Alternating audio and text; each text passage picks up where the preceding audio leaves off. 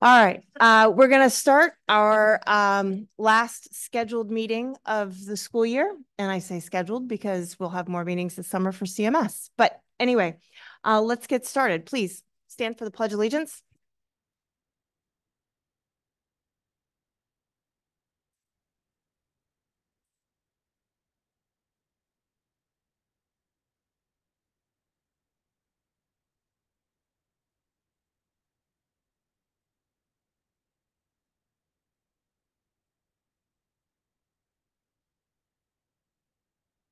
I make a motion to approve the consent agenda. Good. Yeah. Great. Perfect. Now, we have some student and staff recognitions tonight.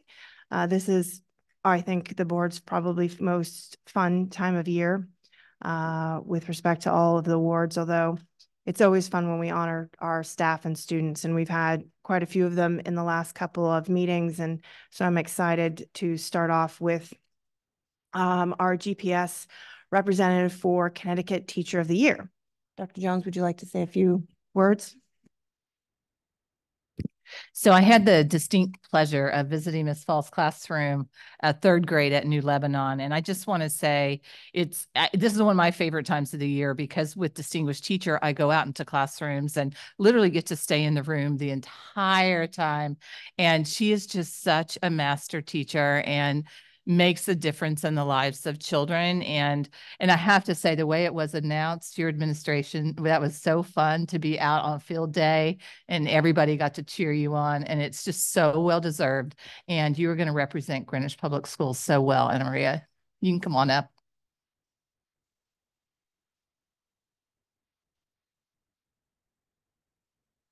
And I think we have Ms. Lovelace who had to say a few words and give some gifts. Yes, if I could have someone help me so that I can open this up. Come on, Thank you. And if somebody would do me a favor, my phone, of course, just died. This is the award. It is the Joseph Mitchell K Award. He was president of the Kiwanis, or Greenwich Kiwanis, and also on the school board. Very, very involved in education and left money so that every year the teacher who was the distinguished teacher going on to represent us at Greenwich and Connecticut received an award to help her. So this is your award in terms of the plaque, and this just here, because with your help, we like to give you something to always remember Greenwich by.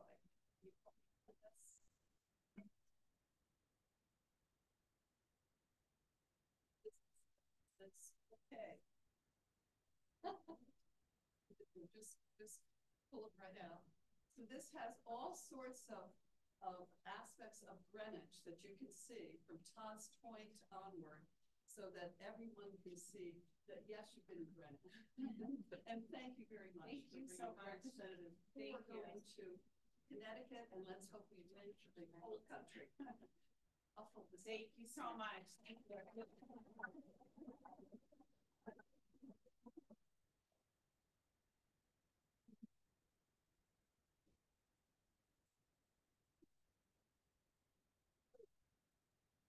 I just want to take a second to members of the Board of Education, everyone here, Dr. Jones, thank you so much. I am so deeply honored for the recognition and the opportunity to represent Greenwich at the state level. Greenwich has been very, very good to me, and I have had so many wonderful opportunities for growth throughout my time in Greenwich. My colleagues, I just want to say thank you to my wonderful colleagues who have always really supported me in my professional and my personal growth, really.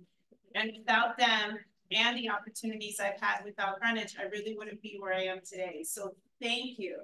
Thank you for this honor.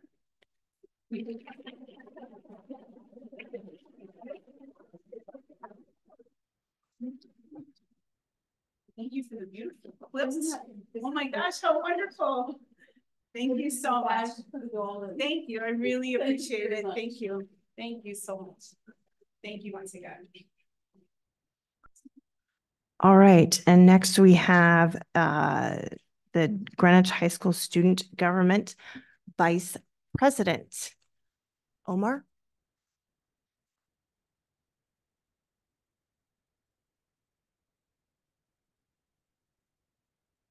So, Omar, we've gotten to hear you talk over and deliver your messages on behalf of the high school for the last several, hold on, stand right here in front of everybody.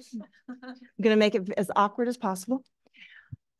And we've learned a lot from you and the high school and about the high school. Your advocacy for the students that you represented was well received. Your accomplishments over the last year, particularly with using the Minga app in regards to help speeding up getting kids through the lunch line. So not only how were they able to get their lunch easier, but they actually had time to eat it once they purchased it. All of those things with you and obviously with Caleb's work were outstanding. And we as a board look forward to hearing of your next adventures.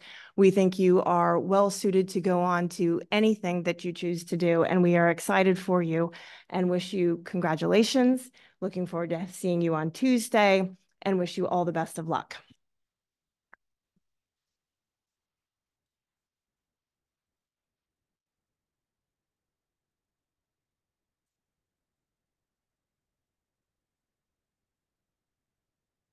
All right, Caleb, you're next. The student body president, come on down.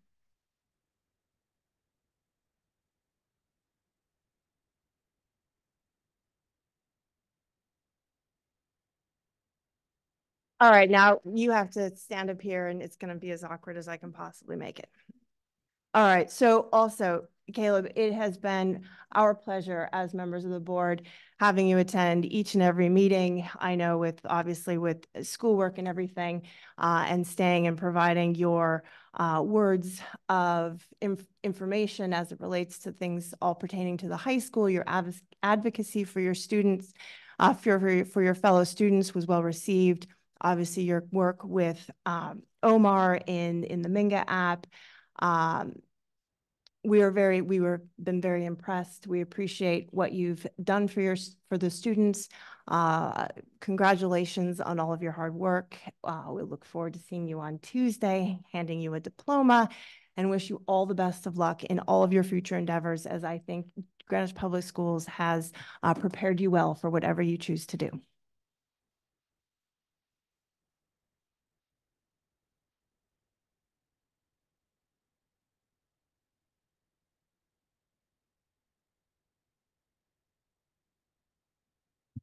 All right, Mr. G, we got the girls tennis state champions.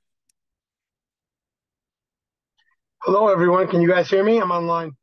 Yep, absolutely. Awesome. So good evening, Superintendent Jones, Chairman Kowalski, Board of Education members, and everyone attending both there and virtually. I would have loved to have been there because this is one of the thrills of my job. Unfortunately, I had a previous commitment. I'm at the FCAC recognition as well because we have a coach that's being recognized today, who was recognized earlier for their swimming accomplishments. But we're here again to recognize some terrific all-state, all New England, all-American athletes, as well as 2 championship teams. So the first championship team that I'd like to recognize is the girls tennis team. Unfortunately, they scheduled their banquet for tonight, so they couldn't be there. And their coach, first-year coach Jerry Sully, had wrote a quick little blurb that he wanted me to speak for them before I recognize the girls.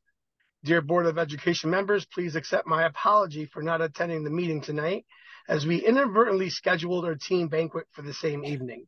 It was an honor and pleasure to be the coach of such a dedicated group of girls who went on to win the state championship.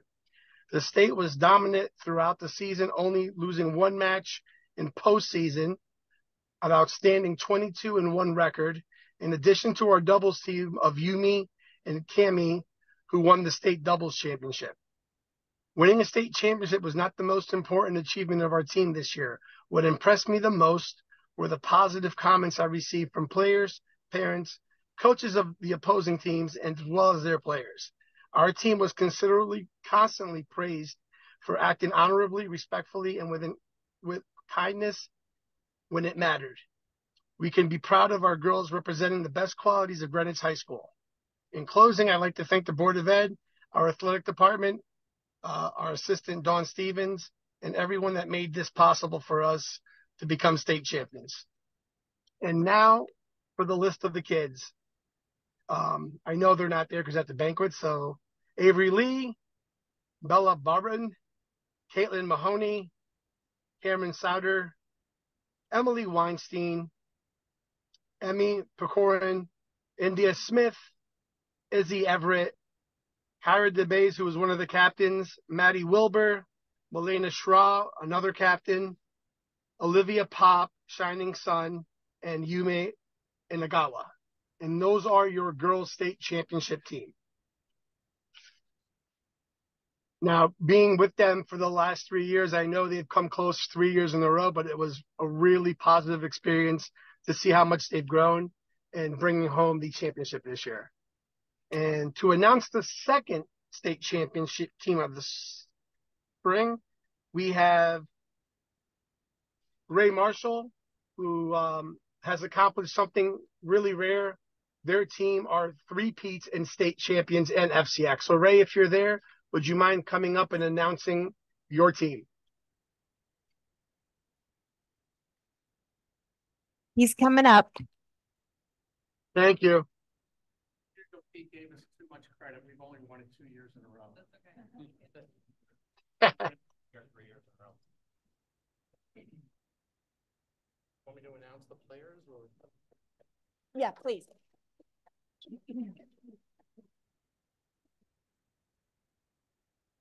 Half of the guys aren't here. They're not attending the girls' banquet. They're just studying for exams or they're working, whatever. Captains Bruce Lunder, who is here, Manuel Gali,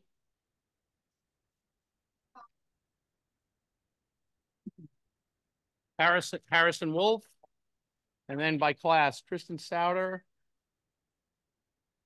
Alex Salib, Ishan Mbatsa, Rohan Middle, Matt Hunt, who is here.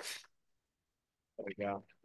Cole Fruman, Daniel Lee, Adam McFarland, who is here. Noah Everett, who is here. Pierre August, Vladdy Dombrowski, Elias Orell, who is here.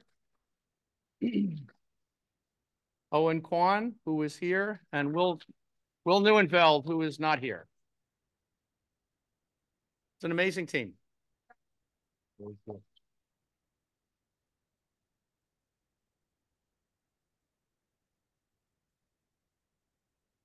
And last but certainly not least, we have our all-state, all New England, all academic athletes for the spring. Athletes, if you are there, I'm going to ask you guys to come and stand in the front as I call your name. First for baseball, we have John McHugh. Boys lacrosse, Colin Zeller. Boys tennis, Harrison Wolf, Rohan Mittal. Boys track, Antonio Ciccarelli, Ben Hayes, Matteo Chirsara, and Ryan Newcomb. Girls tennis, we have Kara DeBays, but she was not there. Girls golf, we have Caroline McShay and Allison Bauer. Girls lacrosse, Emma Abazia, Giselle DiPietro, Grace O'Connor, and Leighton Collier. Girls track, we have Esme Daplin, Gemma Hardwick, Kate Freeman, and Maggie McCooey, Orla Muir, and in sailing, Richard Sykes and Molly Wood. Ladies and gentlemen, these are your spring athletes. They did a great job this year representing Greenwich High School, and we're all proud of them. Congratulations. Wow.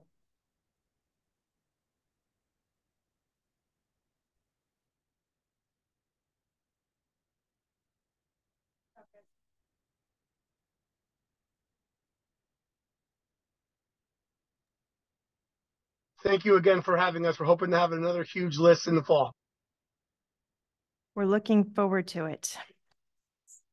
All right, up next, we have the 2024 Science Fair Awards with Mr. Bramante.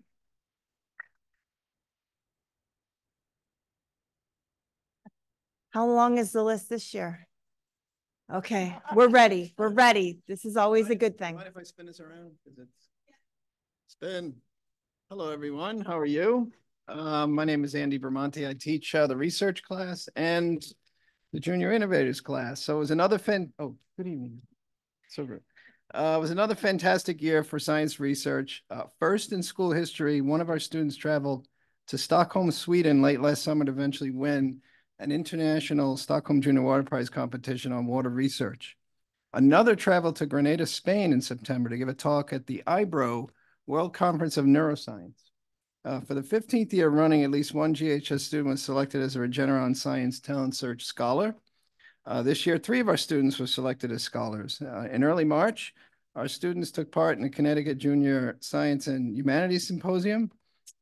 Mid-March, the Connecticut Science and Engineering Fair was held, and 18 of our students defended their research. And an astounding 11 of these kids were selected as the top 15% of the fair or fair finalists, and went on to win notable awards, including many first-place finishes. In April, 18 student researchers participated in what's called the Norwalk Community College Science Fair, taking 3 top prizes. And in late April, one of our GHS science research students was selected again as a state winner in the Stockholm Junior Water Prize competition, in the hopes that he, like his predecessor, will compete at the national level and then move on to Sweden. And finally, only weeks ago, 3 of our students competed amongst the 1,200 brightest kids in the planet or in the world at the Regeneron ICEP Fair in Los Angeles. And finally, this was the second year of our Junior Innovators program, where our middle school 8th graders are provided the opportunity to conduct independent science research once per week prior to their school day. So that takes a lot of commitment. The kids have to get to the high school at 7 a.m. I see them now and they're actually awake, which is very impressive. 9 Junior Innovators participated in the state fair and won many top awards, including 4 nominations to the prestigious National Junior Innovators Challenge, which is the top middle school science competition in the nation. So let's meet some of these fine young scientists. So first, let's acknowledge the Greenwich High School students and their participation in the various state fairs, including CSAF, JSHS, and Norwalk Community College Fair. So what I like to do is call each name one at a time, give you some idea as to what they have won, or he or she has won. And if you guys can come on up here. So first, some of these kids are not here, so I'll read it for those that are online. Ishan Ambasta, winner of the Frederick Oleander Engineering Award at CSAF. Isaac Bell, and guys, clap when I'm done because there's a long list. Finalist at the CSAF Fair, Owen Benison, who is here, I saw him.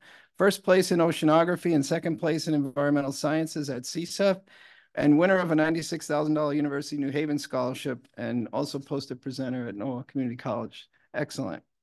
Justin Bernstein, CSAF finalist and winner of the NASA Earth System Science Award, and selected as the best project for the state of Connecticut in the Stockholm Junior Water Prize competition. Awesome job, buddy. Sam Beer, presenter at CSAF. I don't see Sam. Hannah DeCruz, CSAF finalist in Applied Technologies. William Dozier, poster presenter at Norwalk Community College. Zara Hawk, presenter at CSAF and NCC, and I thought it worth mentioning, she, as a high schooler, is the director of the middle school science fair that is run here in Greenwich, which is pretty amazing. Oh, there you are. I wasn't looking. Lauren Wong, I thought I saw you there. Presenter at CSAF and NCC and winner of the U.S. Metric Supervisors Award. Very nice. Hello, how are you doing? Ava Jackson, finalist at CSAF, where she won second place in life sciences and a trip to the International Science and Engineering Fair only weeks ago, where she, and then also poster presenter at NCC, where she received honorable mention. Awesome.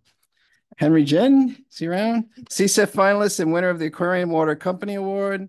Avery Koo, I see Avery, presenter at CSEF and NCC. Welcome, Avery. Yep, good job. Cindy Lee, is she here? Presenter at NCC. Ashley, I know you're here. Finalist at CSEF, where she won first place in life sciences, fourth place in biotechnology, and a trip to participate in ISEF. I have to shake while I'm reading, sorry. Ashley delivered an oral presentation also at the 2024 Connecticut JSHS, where she finished in fourth place and won a trip to the national competition in New Mexico. We had Frank Skibo, presenter at CSEF and NCC. Ryan Wadwa, CSEP finalist and poster presenter at NCC. Lula Wang, Lula's here. I saw her somewhere, there she goes. First place in biotechnology at CSEF and again was awarded a trip to ISEF. She also presented at NCC, hello, where she received honorable mention award. Marley Weiss, finalist at NCC, was awarded third place in math, third place in computer science. Marley presented her work on developing a much needed electric vehicle recharging infrastructure at NCC, where she finished in second place as well. And finally, Alex Zhao, CSEP finalist and poster presenter at CSEP. Oof, I'm tired. So fabulous job to all of these creative and talented students. Could everybody wish them a good one? Actually, you can go. The rest of you go. How about all right. Next is this IBRO World Conference of Neuroscience that I've been mentioning. Each year, the IBRO competition or conference, it's not a competition, is held in Spain in September, and it draws global leaders in neurological disorders to discuss the most recent advancements in brain research. This past fall, the IBRO folks invited one high school student to present her work entitled Identification of Therapeutics for Neurological Disorders Through Development of a Novel Machine Learning System for Predicting Drug-Gene Interactions in the Glymphatic System. That is Ashley Malcolm. Awesome job, Ashley. Okay. Next is the Regeneron Science Talent Search. I don't see these gals here, so I'll briefly describe it. Each year, graduating seniors have the opportunity to publish completed independent research at this Regeneron Senior Talent Search, or STS. In December, STS announced 300 high school seniors that were named as scholars from a list of over 1,200 kids. Each semifinalist received $2,000 for Regeneron, with an additional $2,000 going to the school, and not the mentor, unfortunately. That's a joke. I'm proud to say 3 science research students were selected as scholars, and they are Lucy Lee, Audrey Lynn, and Naomi Park. Awesome job for those guys. Okay. Stockholm Junior Water Prize. I'm very excited to explain what was going on with this student. So we've all heard about it. It's basically empowering students to research ways to solve water problems in our communities. This year's state winner will compete in the national SJWP, another acronym, in a few days. I guess, Justin, you're leaving in a couple of days? So he's going to compete at the national level, and he tackled the melting of Arctic glaciers due to climate change, which has led to dangerous increases in our sea levels. This phenomenon is exacerbated by the absorption of incident solar light by the Arctic dark water once it melts, which increases sea temperature, accelerating this melting process in a negative feedback loop. The Connecticut state winner of the SWJP or SJWP, I'm having trouble with that, bioengineered cryobacteria that is native within the Arctic ice. So this bacteria lives in the ice. Justin re-engineered it so that it would now manufacture its own silica. So the idea being this ice will now reflect the light, slow down the freezing process, and slow down the water's warming. So the Arctic ice with this new bacteria would reflect 1.5 times more sunlight than now, and could potentially reverse 30 years of decline in Arctic ice coverage. That is incredible. That's Justin Bernstein. Come on, everybody.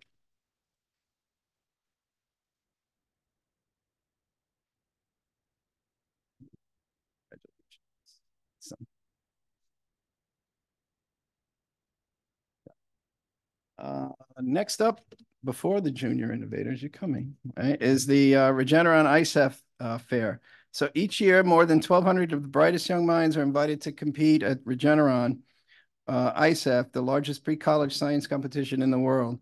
Each of these students has received one of the top prizes at his or her local or state science fair in order to qualify. While many schools would find excitement in sending a student to ISEF, GHS Research has sent 55 students to ISEF in the past 17 years. It's simply incredible. This year, 3 of our research students competed at ISEF, and they are Ava Jackson, an ISEF finalist for her creation of an early detection European-based sensor for Alzheimer's detection, which would allow for measure of D-serine in the blood. Awesome job. Congratulations. Ashley Malkin, an ISEF finalist and finished in 2nd place at ISEF for her development of a new polymerisome nanocarrier for transport of drugs across the blood-brain barrier using a novel machine learning model. Amazing.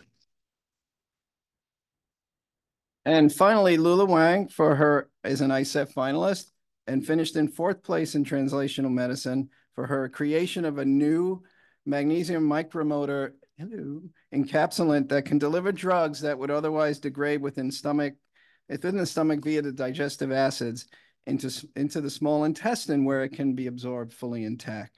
And then it's motorized into the intestinal walls. Incredible project. Awesome job, girls. And finally, you guys, the Junior Innovators, they're invited to participate. No, don't get up yet.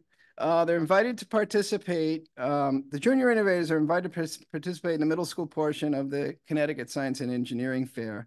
This is the 2nd year of the program.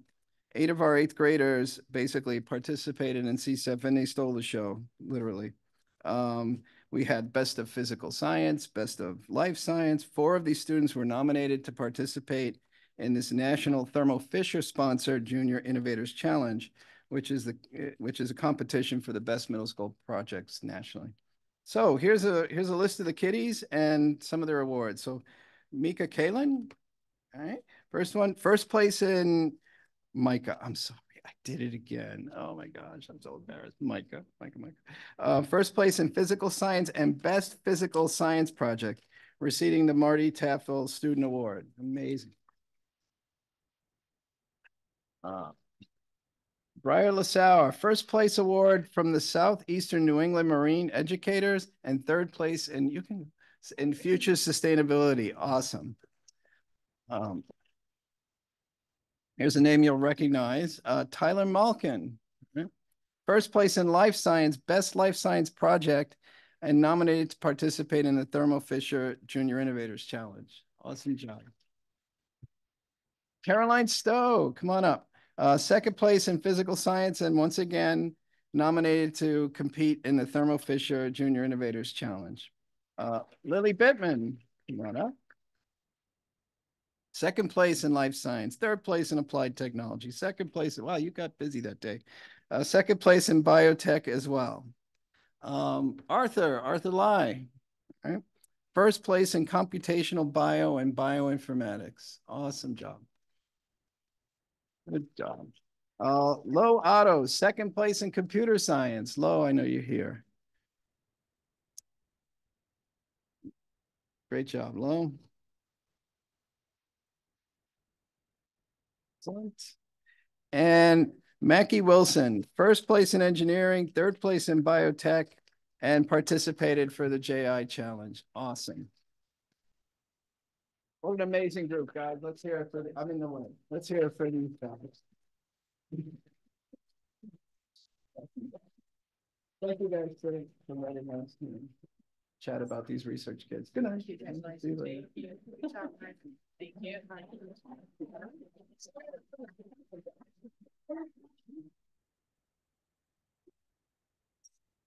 Oops, sorry, sweetie.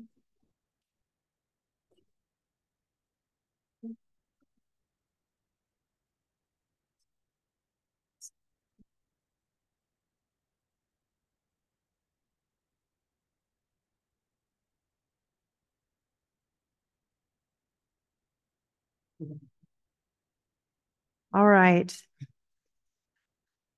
Congratulations again to all of you guys. Wonderful, wonderful work.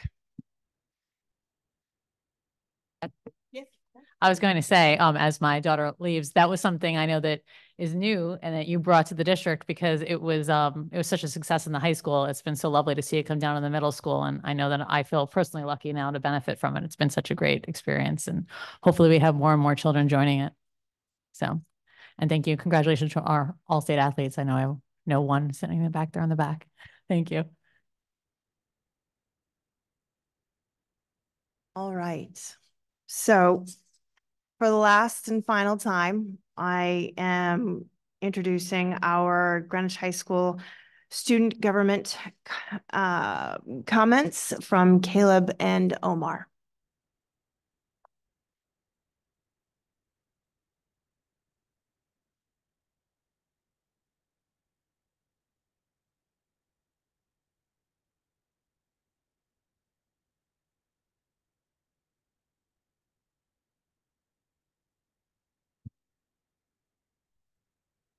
Good evening, board members and meeting attendees. My name is Omar Galal, and I'm the Student Body Vice President at GHS. Today is my last day as Student Body Vice President. And as I part ways with all of my political influence, I am overwhelmingly satisfied, grateful, and appreciative for my time in student government. I'm proud of the work Caleb and I were able to achieve this year. The meaningfulness of change is relative, where a small change is just as meaningful to a small group of people as a large change is meaningful to a large group of people. And I believe that good representatives are as attentive to small changes as they are to large changes. And this year, we pursued change of wide-ranging scale. From altering the flags in the Student Center to be more representatives of small communities of students, to improving several facets of our cafeteria to become more efficient, and to protesting budget decisions by bringing students to speak at the Board of Estimation and Taxation meeting. I would like to express my gratitude to the Board of Education. Thomas Jefferson is often attributed the quote, "The government closest to the people serves them best." Based on this, I conjectured that Jefferson would be pleased with the elected representatives of the board, who often bridge the people to the government, where Dr. Jones, Ms. Stowe, Ms. Hirsch, and Ms. Kowalski have engaged student government at our lunch meetings, and where the board invites the elected representatives from Student Gov, PTAC, and the GEA to speak at every meeting separate from the public comment.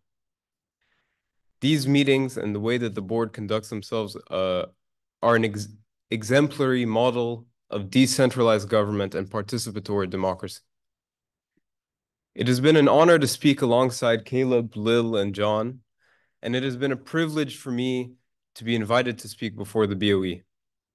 That being said, it should always be a necessity for the board to take into consideration the viewpoints and ideas of the student body. Student government reaches out to share their opinions on the topics that we can get to, but there are many topics that get by us. I urge everyone, not just the board, but everyone to proactively consult the wisdom of the student body in order to form your opinions. I would like to thank Principal Mr. Mayo, Vice Principal Mrs. Talata, and the Director of Student Activities, Mrs. Foster, all of whom play a crucial role in making student government at GHS successful. Your open door policies and amicable characters ensure that members of student government are not alone when working on events or policy changes. I really appreciate all of the help you have extended to me over the past couple of years, and I'm happy to say that I see a friend in each one of you, especially Mr. Mayo, who once joined my friends and I outside during our lunch block for some chit-chat. I would also like to thank Mr. Stokman, who is the advisor of student government, in addition to being the advisor for 2 other student-led clubs, the assistant advisor of the GHS yearbook, and a dedicated social studies teacher. The breadth of Mr. Silkman's commitments to the student body are very impressive, especially when considering that he consistently maintains the highest caliber of organization and an indomitable positive attitude. Mr. Silkman, I really appreciate all of the guidance you have given me with my roles in student government. And finally, I have a message for the incoming student body officers, Rocky Zhao and Mihir Shah. When students and young people speak up, people feel that their voices are profound. So whenever there are decisions that will impact the student body, you must be consistently sharp and vocal about your opinions. Speak over and over again so that people begin to expect student government to have opinions on matters. Expectation is key because there is a direct relationship between those who are expected to speak out and those who are treated seriously.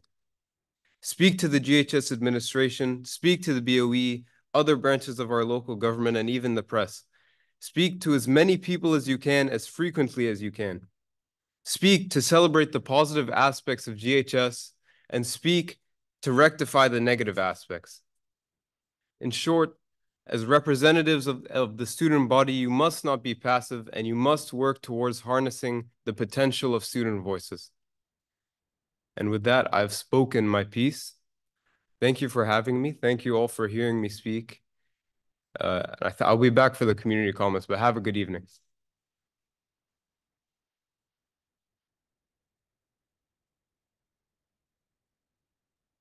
Good evening, Chair Kowalski, Dr. Jones, and members of the board. I'm Caleb Kaland, the student body president at Greenwich High School. As I reflect on the year on so many different moments, it's hard to believe that this meeting is Omar and I's last board meeting. There are so many great things to look back on, from beginning a process to upgrade our lunch system to addressing concerns with offerings for lunch, specifically the muffins. There are many things that I could speak about in terms of the accomplishments that student government has achieved over this year. Though I want to turn the focus to the immense gratitude that exists for everyone here. Firstly, I would like to thank the board.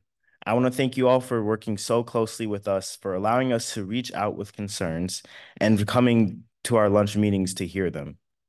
Thank you. We thank you for allowing us to thank you for helping us with our proposal process, as well as taking our concerns into consideration on other proposals or issues. The work that Omar and I have done this year would not have much direction or momentum without the cooperation of this board.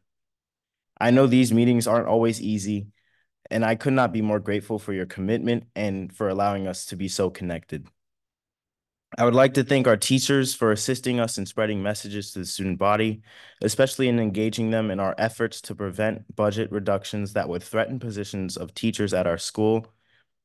Along with the teachers and students' help, we were able to effectively make a point to the BET about how their proposed budgets threatened our school's offerings.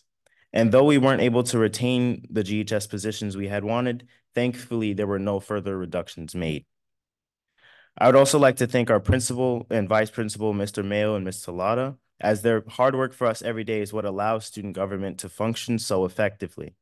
If not for their genuine concern for the students and what issues they may face, student government would find itself stuck. But because they are so open to ideas and considerations, concerns are still heard, changes are made, and in most cases, compromises are reached. I am very grateful for the flexibility that they have shown us, as it allows us to be much more creative in our solutions, as well as gain an understanding of what is reasonable and what is not. I also extend my thanks to the parents and the PTAs at our school.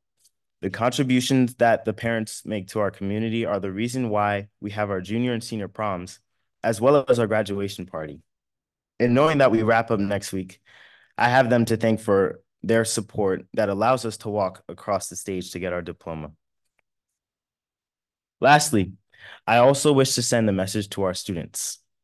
To any parents of a student in this room, to any student still in this room, or to anyone watching the stream or listening later, I have these words to say.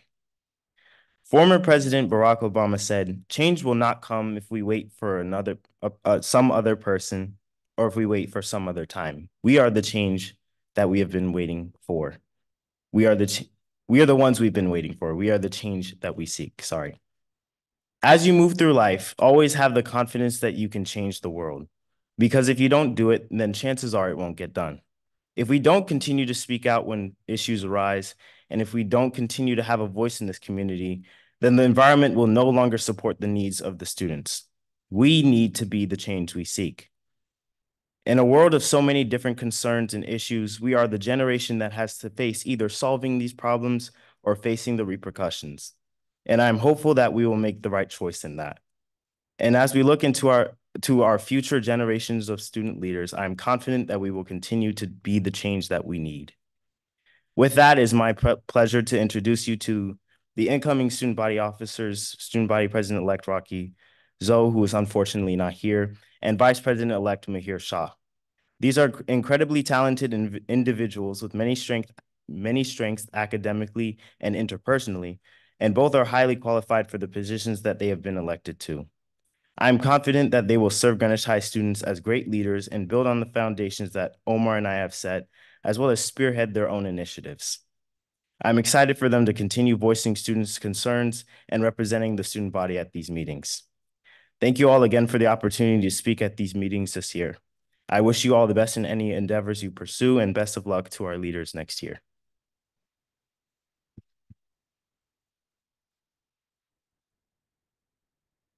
Hello, my name is Mahir Shah, and I'm honored to be elected Student Body Vice President of Greenwich High School. I hope to work alongside the administration and Board of Education to continue the work that Caleb and Omar have done to improve our school, and hope to work over the summer to make the most impact on the next school year. Although Rocky could not make it, I can assure you we are both excited, eager, and grateful for this opportunity to work alongside you, the board, as well as the rest of the school, to make sure that Greenwich High School is the best it can possibly be. Thank you.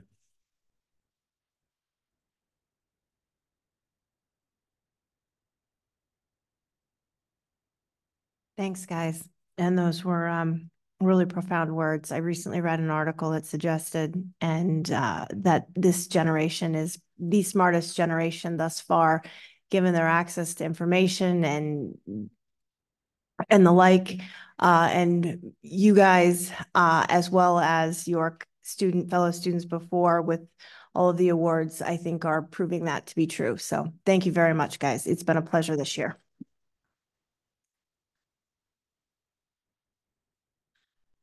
All right. Lil. She's online. All right, Lil.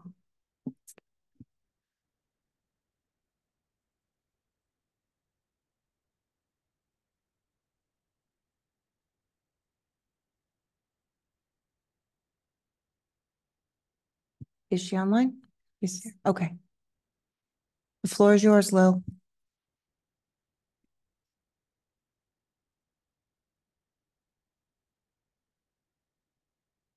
Okay, now I'm unmuted. We hear you.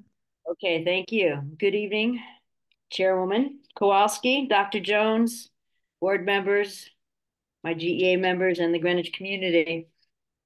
First, I'd like to also recognize Anna Marie Fowles, our GPS representative for the 2025 Connecticut Teacher of the Year.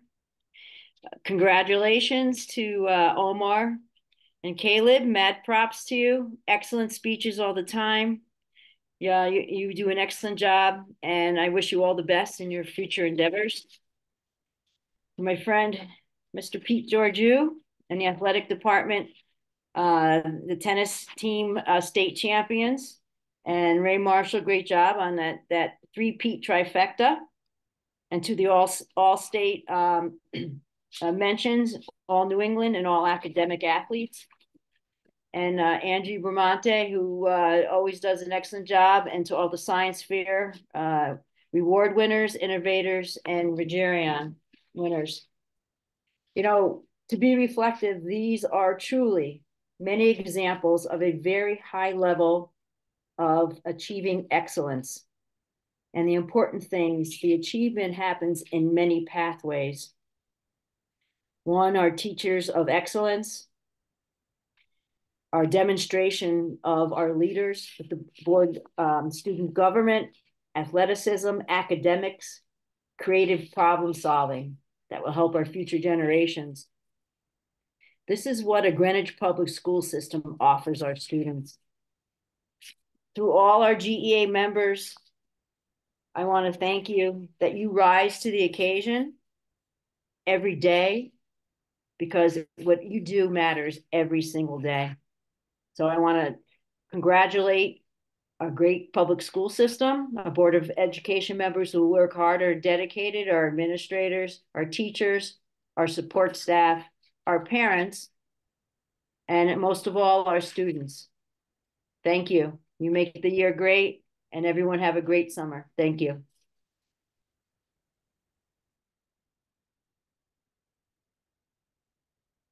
Mr. Fisher.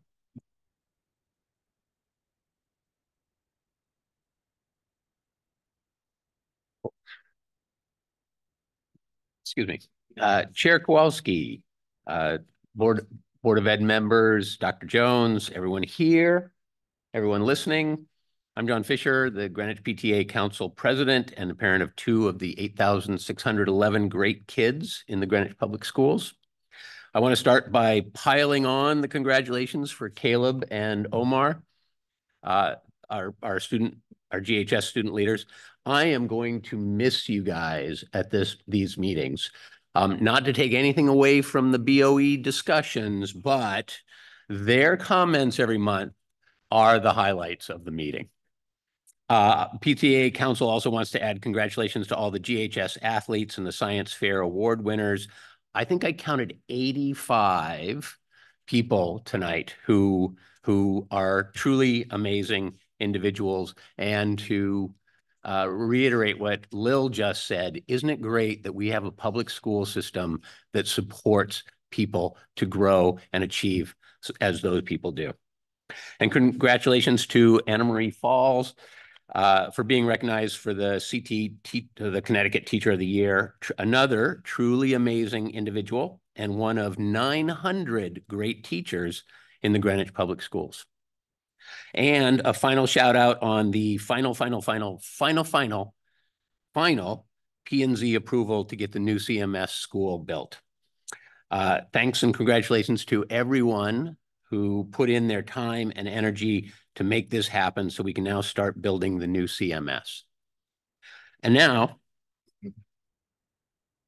let's talk about the elephant in the room.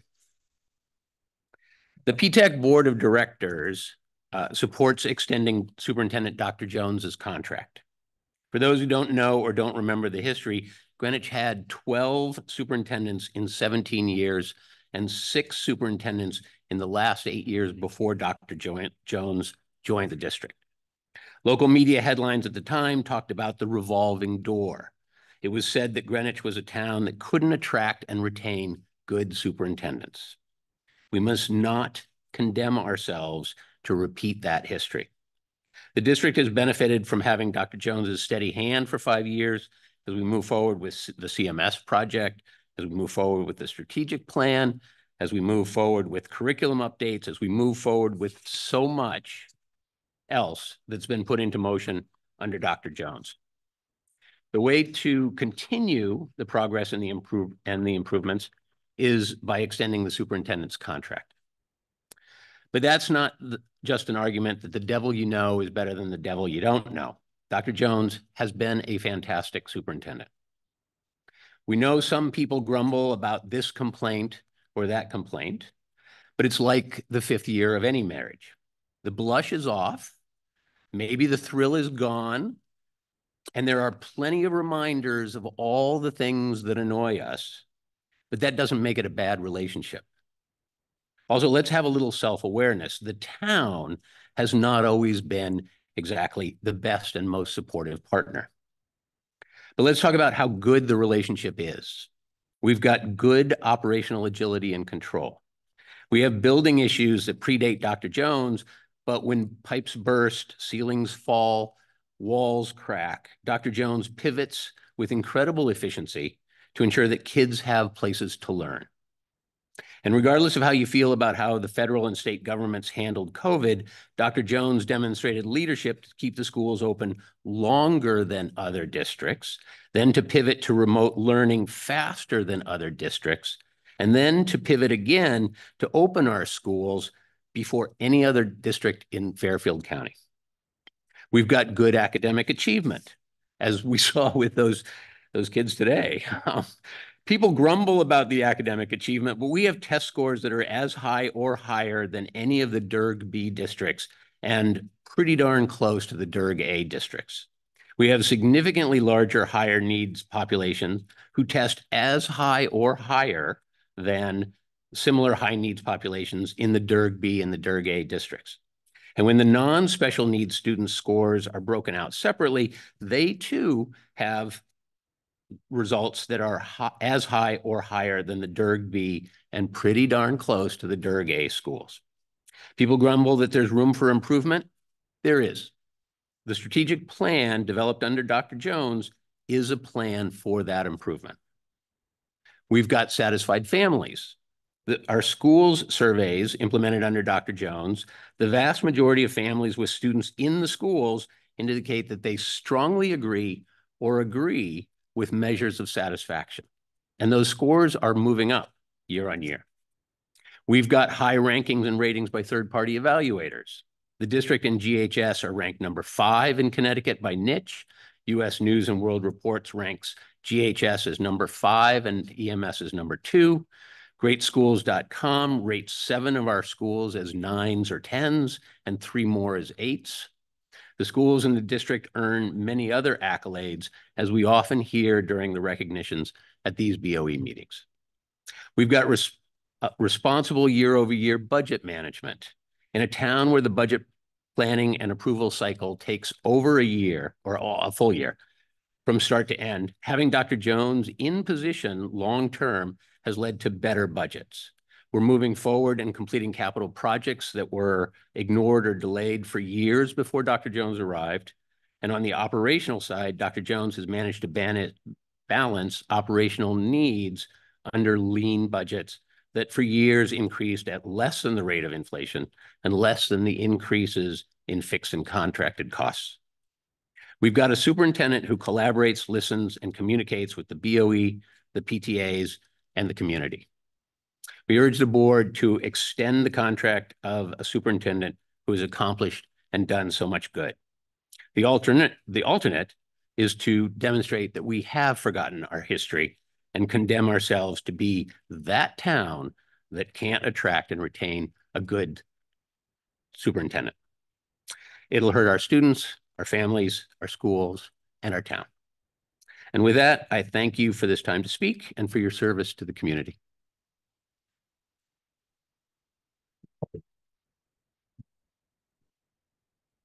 We have community comments up next. First is Jackie Homan, and then Joe Solari's on deck.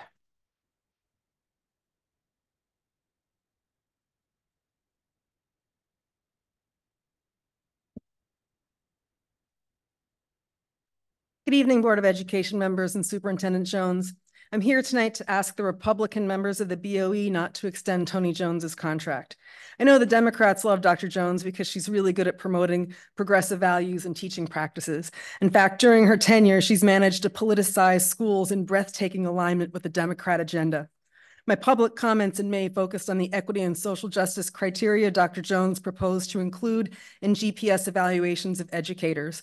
Equity and social justice are squarely Democrat agenda items.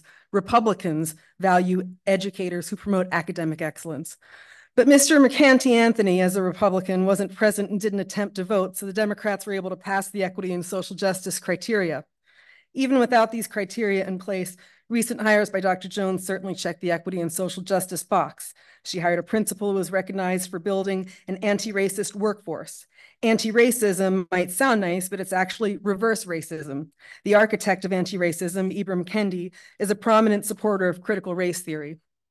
Jones says there's no CRT in GPS, but she hires anti-racist educators who can inject these ideas into the classroom anyway. Let's not forget Jones had Greenwich administrators do a guided reading of the CRT classic White Fragility, or when she promised an activist group that she was making Greenwich an anti-racist district. Don't be fooled. Anti-racism is racism. Jones even hired a principal with an ethics violation from the social justice middle school started by Jamal Brown, the Democrat congressman from New York who triggered a false alarm to stop a vote in Congress. She hired a principal who in 2020 shared an article that suggested using the pandemic to transform schools to keep race and equity in focus and combat the alleged systemic racism in this country. Republicans don't believe the country is systemically racist.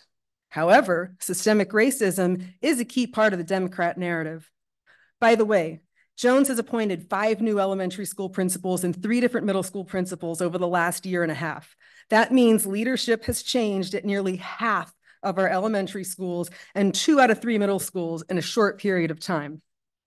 I'm wondering if there will be stability with principals at the other 6 elementary schools under the rest of Jones's leadership, or if given more time, she'll replace them with equity and social justice warriors too. 30 seconds. Just to be clear, I'm here tonight to represent a group of Republicans who voted for Republican BOE members with the expectations these Republicans would represent Republican principals.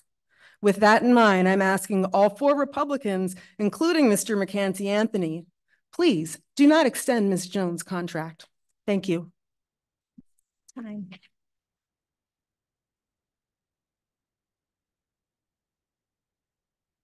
Mr. Solari's up, and then after that, we have Jen Katai and Audra O'Donovan. May I ask a question before I start? Is the whole board present this evening? I noticed that one doesn't seem to be here. What? Oh, they are? Online. Okay, great. Well, good evening, members of the Board of Education, Dr. Tony Jones. Thank you for your attention and commitment to the betterment of our educational system. You're all serving here and appreciate it very much. It's not an easy job to have. So as you deliberate the extension of the superintendent's contract, it's crucial to assess the super's performance against the success profile for this pivotal role. Let's begin considering what the ideal superintendent for one of the most prestigious, high-paying, and budget-intensive positions in the country looks like. The success profile. What does central casting look like for this key position? It stands to reason that a track record of elevating educational achievement and standards should serve as a fine baseline, a fine starting point. So, if the track record the past 5 years doesn't reflect that, or concerns persist about the ability to do so going forward, then what should the board do? The decision to extend this contract is truly a litmus test for the board and for our community. If a superintendent's tenure has been marked by numerous issues that challenge the integrity and effectiveness of our educational system, then you should know what you need to do. Not let politics and horse trading or personal ambitions get in the way of what's right. Not sacrifice the means for the end. You board members are entrusted to prioritize what's right for our children, our schools, and our community. We're counting on you to do what is objectively not right, not what is subjectively politically convenient. I would hope that you can have this discussion amongst yourselves outside of a public forum for the grace and dignity of the position and the board itself. But comments were welcome this evening, so I'm providing them to you now. Thank you. Thank you. Up next, Jennifer and Audra. Jennifer Kutai and Audra O'Donovan. Allison. Hi, can you hear me? Yep. Okay, I'm going to speak for Audra and myself. Members of the board, we are here tonight as founders of the Special Education Advisory Council. We are Republicans and Democrats, but more importantly, we are parents with children who have been enrolled in Greenwich Public Schools for the last decade. In 2019, when Dr. Jones was appointed as superintendent, the special education community was in total disarray. There were protests outside of town hall, and teachers were speaking out at board meetings. Dr. Jones promptly intervened, requesting a meeting with parents and teachers to gain a deeper insight into our concerns. All sides knew there was ample work ahead. What we understood then and acknowledge today is that meaningful advancement remains out of reach if we continue the cycle of replacing superintendents every few years. Despite the challenges we faced along the way, our unwavering dedication to ensuring the best education for all students has remained constant. In collaboration with Dr. Jones, This commitment led us to achieve a significant milestone in 2020, the founding of the SEAC, a groundbreaking initiative that marked a first for Greenwich and the third council of its kind in the state of Connecticut. Our superintendent is a beacon of hope for Greenwich community and embodies the very essence of dedication and passion for our children's education. With unwavering commitment, she leads with a vision that ignites the flames of curiosity and excellence in every student. Her tireless efforts in fostering a nurturing environment resonates deeply with parents, instilling a sense of trust and confidence in the future of our children. Dr. Jones's empathy and willingness to listen to our concerns make her not just an administrator, but a true ally in our journey towards providing a first-class education for our children. Under her guidance, Greenwich Public Schools will continue to flourish as centers of innovation and academic growth, shaping the bright minds of tomorrow. We are grateful for Dr. Jones's leadership, unwavering support, and unyielding dedication to our children's success.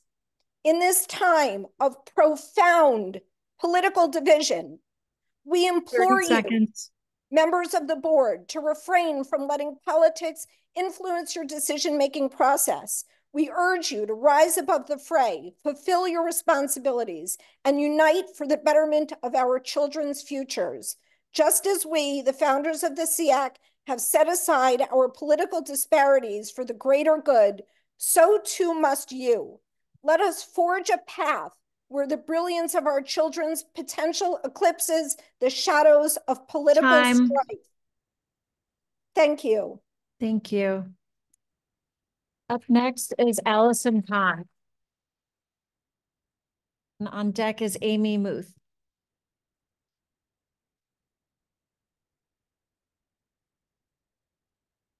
Actually, we're splitting our time as PTAC DEI co-chairs.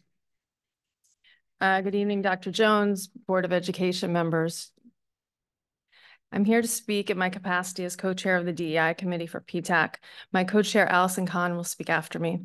First, let me say congratulations in nearing the end of the school year. Your jobs are not easy, and we appreciate all that you do in the best interests of our children and families.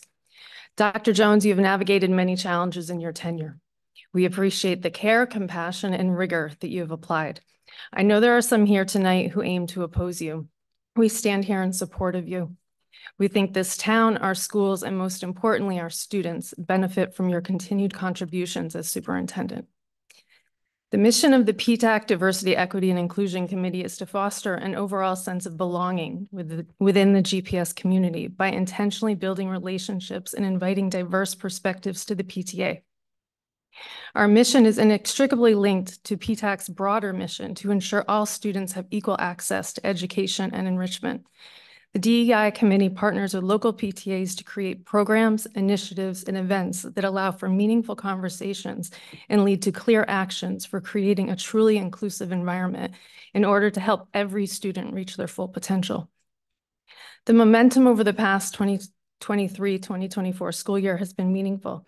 In partnership with the local DEI reps from each PTA, some of our efforts that we're most proud of this year include supporting GPS DEI reps around DEI committee's mission, a priority focus on accessibility, transportation for students to school, ADA compliance, and special education resources, fostering a tighter partnership with special education services and exploration of SES leadership to find opportunities to support them in their work, empowering schools to host international nights or other events to promote celebration of cultures.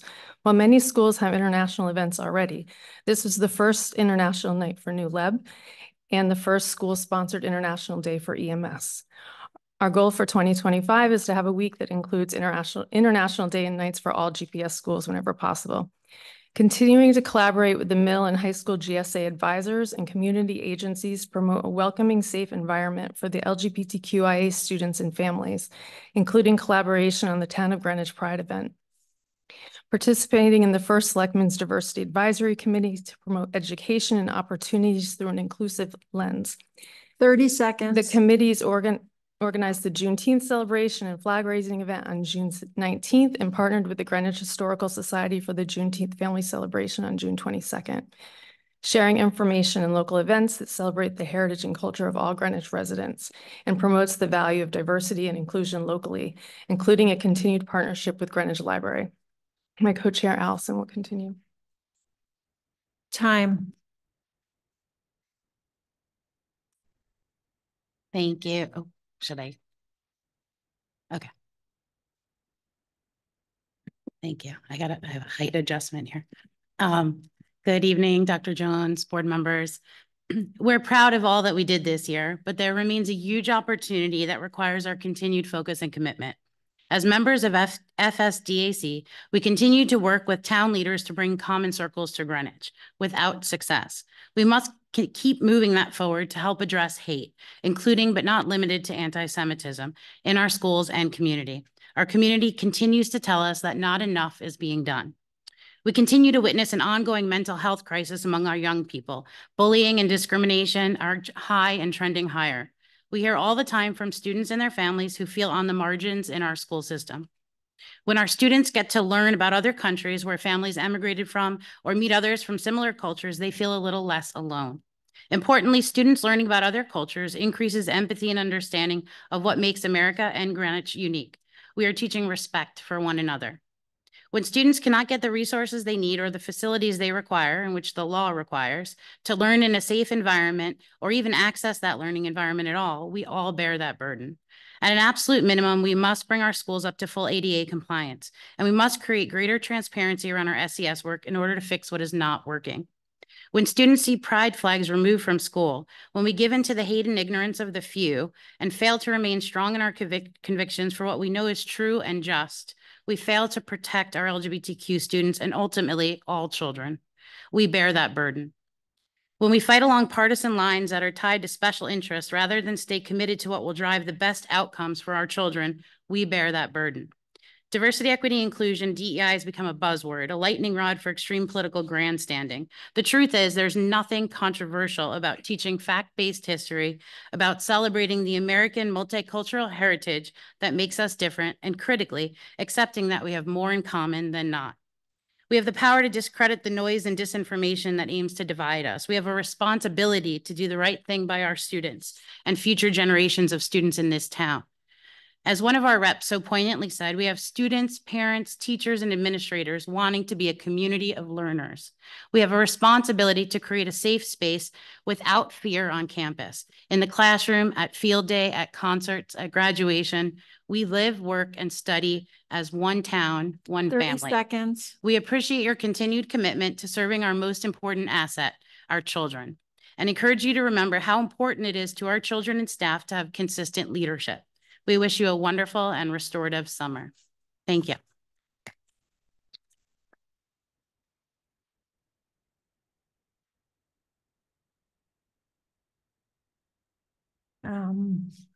Next is Kathleen Breedy, and on deck is Janet McMahon.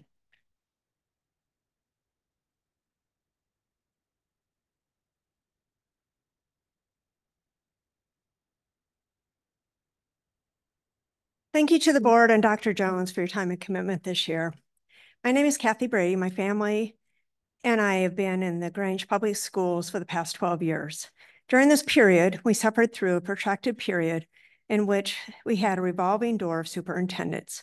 It appeared that the BOE was constantly chasing the next shiny new leader, while leaving the school district in the lurch with a lack of direction as superintendents resigned in frustration or there was a lack of support. Thankfully, Dr. Jones was firmly in place by the time COVID hit, and with their steady hand, the district returned to a 5-day in-person learning in September 2020, an amazing feat considering many of our neighboring towns did not. There have been many fundamentals which Dr. Jones has addressed over her tenure and which John Fisher had previously discussed. Things which were previously unaddressed or lacked momentum due to the inconsistent leadership. This includes a revamp of the curriculum aligning all the schools. Now, what is taught at one school is taught at others across the elementary and middle schools. For the past 3 years, I've had the privilege of being a co-chair of the SESS PTAC committee. While I'm not speaking in that capacity today, I will say, after years of inaction, as stated by the SEAC on special ed under prior administrations, the ball is now firmly rolling in the right direction. Overall, the district has momentum on a number of critical areas, including the capital budget and, most importantly, student achievement. I'm therefore bewildered by why the board would not extend Dr. Jones, giving her a multi-year contract. Are we chasing the next shiny new idea? We're turning our backs on what works. We have in Dr. Jones a strong, steady leader with a vision, one who has tirelessly worked for the benefit of all students and has the respect and the support of the teachers and the parents and overall. She has endured unwarranted, scathing criticism from some members of this community with dignity and grace, and she has stayed and steadfastly shown her leadership. She has not resigned in frustration despite these attacks. I believe she has stayed due to her unwavering commitment to our children. So why is the board not extending her contract for multi-years? Why are we debating this? I am looking for an answer, as the reasons given simply don't add up against the facts. Thank you for your time. Next up is Janet McMahon, followed by Robin Leader. Good evening, and thank you for the opportunity to speak to you tonight about my unequivocal support for Dr. Jones's contract extension. My name is Janet McMahon, and while I'm a member of the RTM and PTAC, my comments tonight will be my own as a GPS parent of two. First of all, I'll start by saying that I'm in the unique position of knowing and working with Dr. Jones in a variety of capacities in my role as a PTAC committee chair for 3 years, a delegate to the education committee on the RTM for 7 years, and most importantly, as a GPS public school parent for 10 years. In other words, I'm about as direct a stakeholder as one can be, so I do not take superintendent performance lightly. Over the past 5 years, our GPS parent and student community has benefited under Dr. Jones's leadership in many demonstrable and impactful ways. But given my 3-minute time limit, I'll just draw your attention to the top 3 of a long list of assets that she brings to the GPS community. Number 1, Dr. Jones successfully navigated us through COVID. We were one of the first school districts in the state to implement remote learning, and we were one of the first school districts in the nation to send our kids back to school in person that following September. As a result, our school district experienced only minimal learning loss for a brief period of time. We have not only fully recovered from that learning loss, but we are now exceeding our pre-COVID academic performance benchmarks, and it shows. Niche ranked GPS the number 5 best school district in Connecticut, and Greenwich High School the number 4 best high school in Connecticut. U.S. News and World Reports ranked Greenwich High School number 5 best high school in Connecticut, and Eastern Middle School the number 2 best middle school in Connecticut. These are truly impressive metrics when you consider our town's difficult budgetary parameters. Number 2, Dr. Jones is a skilled communicator committed to transparency. Never before had we had a superintendent who checks in with parents via weekly telephone calls and emails, but also frequent social media posts, surveys, roundtables, and public forums. Dr. Jones makes herself accessible to all. There is no doubt why an overwhelming 80 to 90% of our school families report that they're satisfied with their schools year over year in parent surveys. Number 3, and probably most important, Dr. Jones cares about our kids. When the tragic Uvalde school shooting happened, Dr. Jones advocated the police department for more security personnel and equipment in our schools. When the ceilings at North Miami School caved in, and 1 year later, when Central Middle School was condemned by the building department, Dr. Jones jumped into action to find alternate venues for the students to learn in and work diligently to get the schools open and ready for the students and staff to return. No one has worked harder for our kids than Dr. Jones in the 10 years I've had kids in GPS. Please vote yes to extend Dr. Jones's contract by the industry standard of 3 years, or at a minimum 2 years. Thank you for your service, and thank you for your consideration. Next up, Robin Leader, followed by David Lancaster.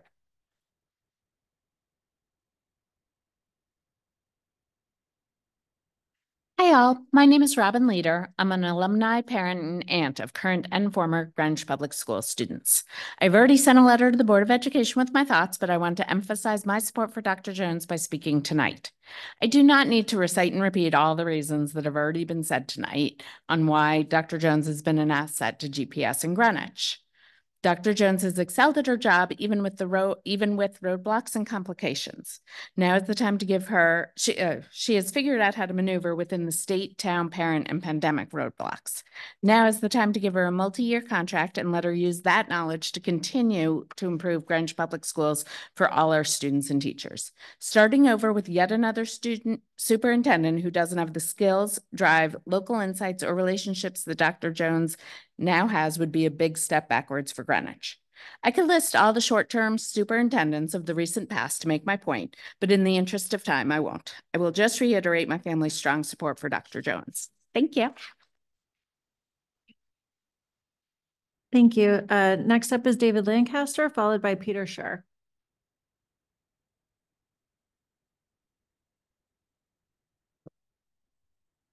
Thank you.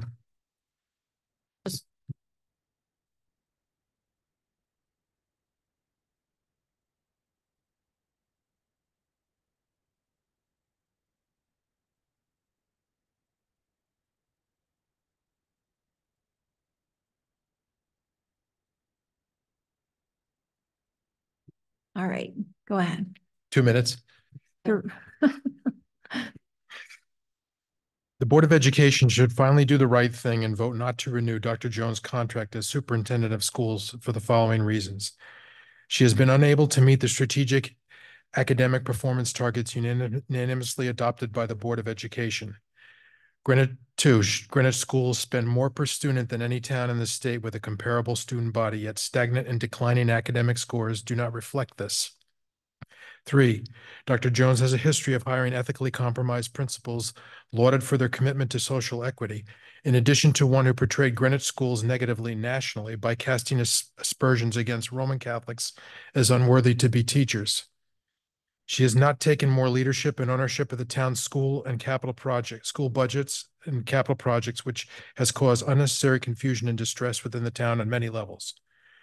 She has worked consistently to implement a personal ideological agenda rather than working to raise academic standards in an environment free of political noise where the innocence of students is protected. She continues to transform our school system into a social justice training center by evaluating personnel based on the promotion of educational equity, another opaque term plucked from the diversity, equity, and inclusion lexicon. Her ongoing lack of transparency with parents and the general public has created a growing level of mistrust in the town's highest school official. If her past experience as a superintendent of other school districts is any indication, this situation is unlikely to change. Costs will continue to rise and scores will continue to fall over the next 5 years. In light of this, the members of the Board of Education need to answer the public's questions as to why they see fit to retain Dr. Jones. It's time to stop ignoring the issues. The BOE does not report to Dr. Jones. Dr. Jones reports to the BOE. The BOE should vote not to extend her term and seek a new superintendent immediately who has the same zeal to improve academic performance and teach children how to think as Dr. Jones has to teach children what to think. Thank you very much. Thank you. Next up is Peter Scher, followed by Brian Zeller. Heard a whole lot of beeping there. Do you need to? Okay. Tell me when you're ready. Okay. My name is Peter Scher. I served with 3 Greenwich superintendents and 3 interims. I gained experience about hiring, evaluating, keeping, and releasing superintendents. I'm very concerned about what the board is doing to our town schools. 6 of you passed the strategic plan for Greenwich schools. It was principally written by Dr. Jones, and then the BOE approved her plan. You told all of Greenwich, this is the plan, and we will evaluate everything we do against it. Are you doing that? In order to decide on extending the contract to Dr. Jones, the most important question is Dr. Jones the right and best person to achieve the strategic plan over the next 5 to 7 years? This board has repeatedly kicked that leadership can down the road through a series of short-term contract extension. It's widely understood board members are doing the same again this year through a politically negotiated 1-year extension cooked up by a few board members. In fact, former Chairman Joe Kelly explained as much to his political party leadership just last night, essentially explaining this is the best deal that this political party could get. Our kids and Dr. Jones should not be subjected to these machinations. You owe our town courage and conviction. You certainly owe everybody stability and certainty. If Dr. Jones is the right person to execute the strategic plan, that's the only question, then make the commitment. Extend her contract for the maximum allowed through 2028. Show some courage and leadership. If the answer is no, it's not a statement of whether or not Dr. Jones is a capable and competent superintendent. It says you believe she may not be the best person to execute this plan.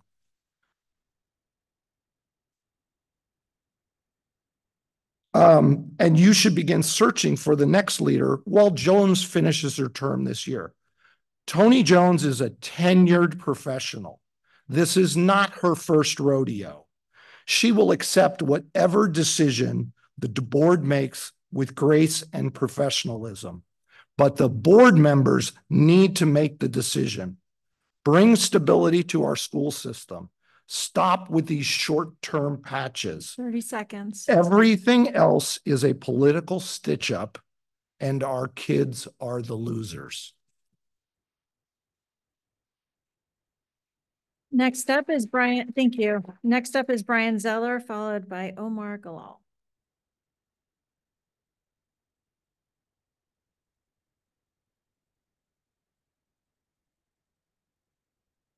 Good evening, board members and Dr. Jones. My name is Brian Zeller. I'm the proud parent of 3 Greenwich Public School students, twins that are a junior and one that's a freshman. And I'm happy to say they've all been in the Greenwich Public School system since kindergarten. And I'm speaking here and I'd like to express my endorsement for Dr. Jones's contract extension. In addition to having the 3 kids in the public school system, I've invested a lot of my own time back into the public school system. When my kids were at Coscob School, I served as the co-president and the president, from 17 to 18, and then 18 and 19. And then also when my children were at Central Middle School, I served as the PTA co-president and president there as well. And I've also coached lacrosse here at the high school for the last 4 years and just finished up as the assistant coach of the varsity program. But I wanted to speak about one of my experiences with Dr. Jones during my time when I was on the CMS PTA. I happened to be the president of the PTA in 2022 when the building was closed down to the structural issues. I'm sure, as you guys all know, it was kind of the domino that, we're still dealing with now. So the CMS PTA, we had to hold an emergency meeting. That was a Friday. They closed the building down. By that following Wednesday, we had reached out to Dr. Jones in her office. She made herself available to the CMS parent community.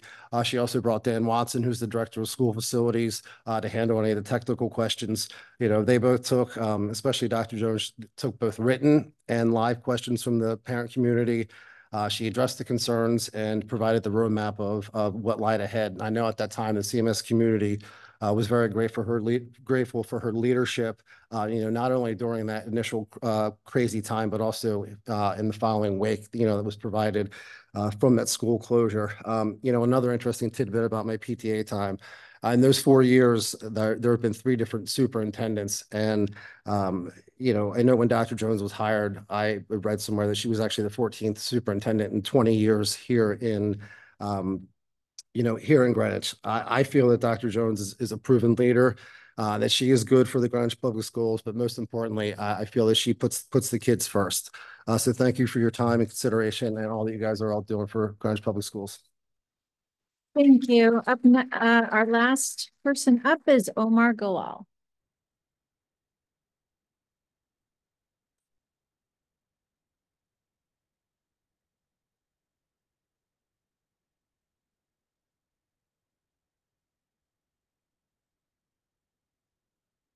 Back.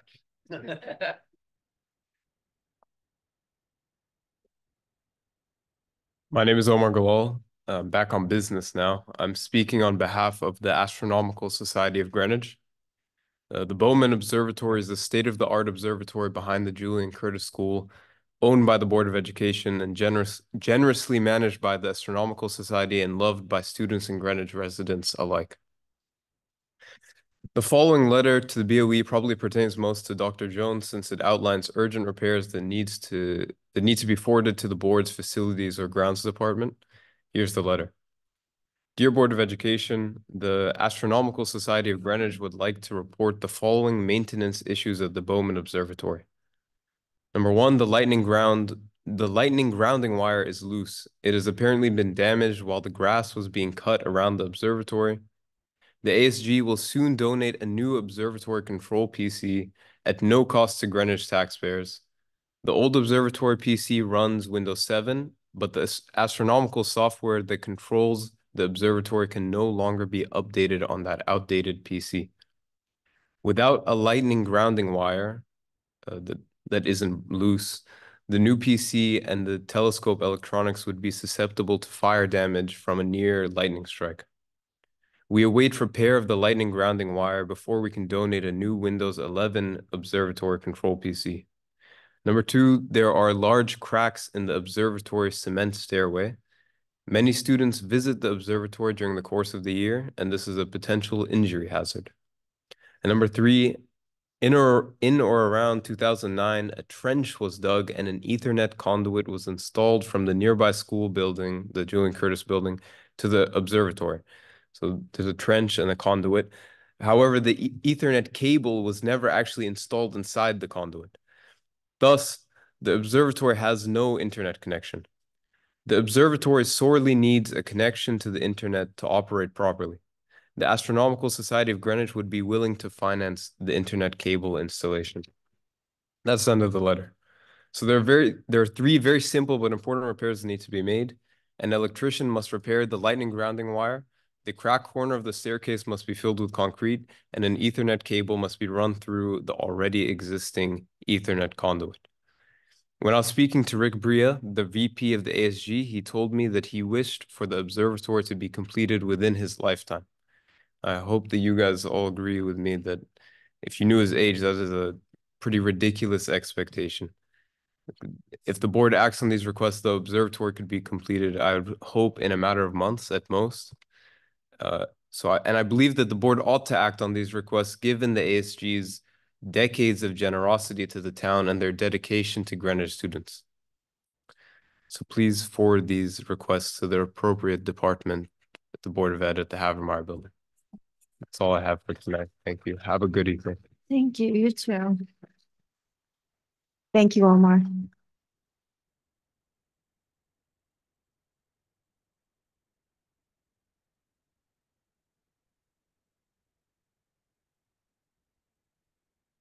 All right, we are up. That concludes our community comments. And we're up to the superintendent report. Dr. Jones? Yes. First of all, just congratulations for all of our elementary and middle schools who have either already had their moving up ceremonies for their students going from 5 to 6, or they're having them on Tuesday for our 8th graders moving up to 9th grade. Just as a reminder that the last day for 6th grade and 9th grade is Monday, because they always start a day early, not a year early, a day early. So that's on Monday. And then all students have an early release on Tuesday as a reminder. We have a couple of updates that went out over the last 2 days, but I know it's a busy, busy time. So if anybody missed those, the well at Parkway is now ready to go. The infrastructure is ready. So we'll be back to normal. And we know in September, we're just waiting on the sign off from the Department of Health for local health and also at the state level. So really excited about that. I know somebody mentioned the planning and zoning approval for CMS, which is terrific to be moving along on that. And then we did update the Riverside community as well. We're moving full steam ahead for feasibility. That the RFP we could already tell was that we thought it was going to pass the budget. So we started building it before the budget passed. So the day after the budget passed, we got it posted or shortly thereafter. So it closes like the first week in July, and we'll be on target to start feasibility in the fall. So that's very, very exciting. I still remember my first year here, I was invited to the Riverside PTA meeting, standing in their library, and they all knew we had a long range plan for facilities. And they were asking me if their kindergartners were going to be in the new in the new renovation or expansion. And I was really honest with them and said, I don't think so. And it just had to do with, how the whole plan and all the buildings that we had in place. But so this is very exciting for that community. And last but not least, graduation is Tuesday. And I do want to remind people that it's expected to be in the 90s and perhaps triple digits. And we are on a turf field. It gets extremely hot, so dress cool. There will be water for the students, so we make sure they stay hydrated, and those on the stage as well. There will also be water for sale as a fundraiser for one of the groups. So I just want to point that out, be weather aware, because it will be hot. But we're looking forward to Tuesday and just can't wait to say congratulations to the class of 2024. That's all for me. Great. Thank you, Dr. Jones. Are there any reports from committee members and liaisons? All right, I have an update for the Julian Curtis Building Committee. The committee received the final planning and zoning approval pending some minor tree modifications, and is now in the process of finalizing the design plans to go out for bid. Those should be completed by the end of June, and then that process should kick off. Just as a reminder, this is for phases 1 and 2 of a 4-phase plan. Phase 1 is the elevator. Phase 2 is the front entrance and the ADA parking and access. And phase 3 is the cafeteria, and phase 4 are the final touches or wrap-ups. So construction for phase 1 and 2 will likely begin within the next 12 months and should be completed shortly thereafter, likely maybe like next summer. Great. Laura, did you want to say anything regarding CMS, your favorite topic? Would you like me to speak about future meetings now or later? Oh, let's talk about that later. Okay, well, the big news Dr. Jones already delivered. We are through planning and zoning.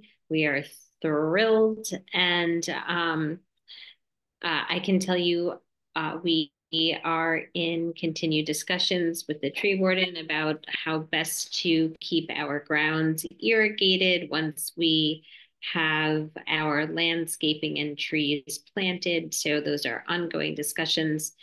And you may be invited, Karen and Dr. Jones, to some extra meetings, just so you know. I know you're excited about that, to discuss those issues. So thank you, and we can discuss the future meetings, I guess, under planning. Sounds good. And I just want to extend my gratitude to you, Laura, for all the work that you've done on that building committee. Not putting aside the other members, it's been a lot of hard work, and Laura has always had some really helpful comments and at every planning and zoning meeting and otherwise. But I have to say that Laura's comments at the last meeting, I think, helped push it all the way through, and she has been a true advocate for CMS. And I am grateful that she was at the helm pushing this through, because through her diligence, I think we're getting this project is on time. And that is all through the thanks of Laura and the work of the committee. But thank you, Laura, for all of your work there. And thank you to you as well for your advocacy. Thank you. Can I ask this question, Central? Whatever happened with the chair situation there? Look, Laura, do you want to address that issue? Yes, the chair has let us know that he'll be stepping aside from his position, although remaining on the committee in mid-July. I believe the 17th is the date he provided. Oh, that's great. Thank you. Any other committee? All right. I will just do a shout out to the senior. Oh, sorry. Too. Sorry, Karen. Yeah.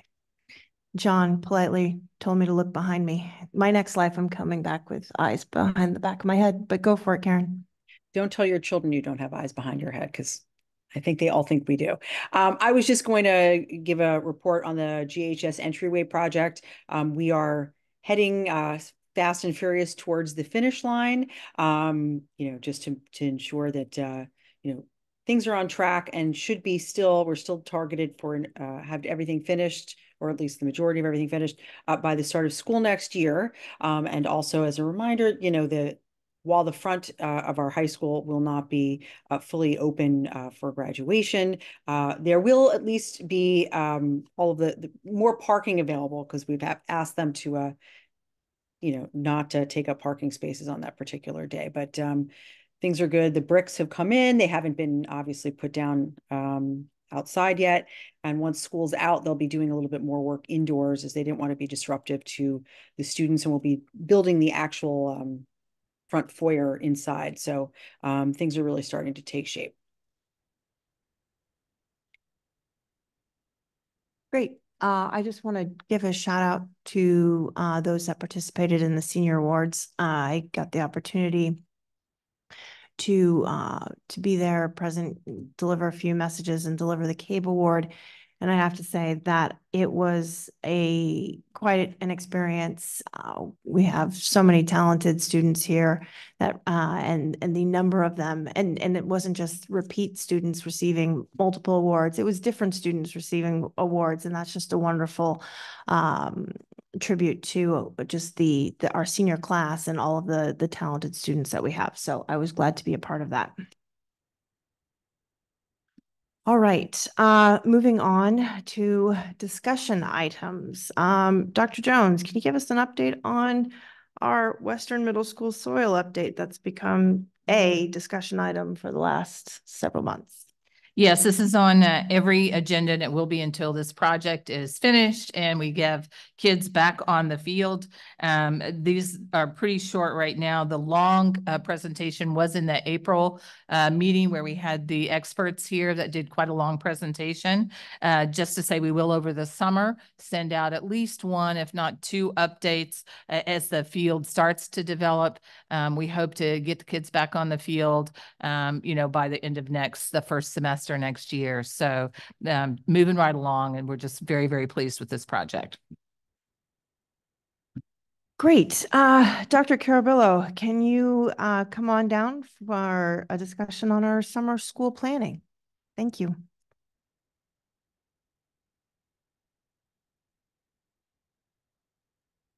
Good evening. How are you?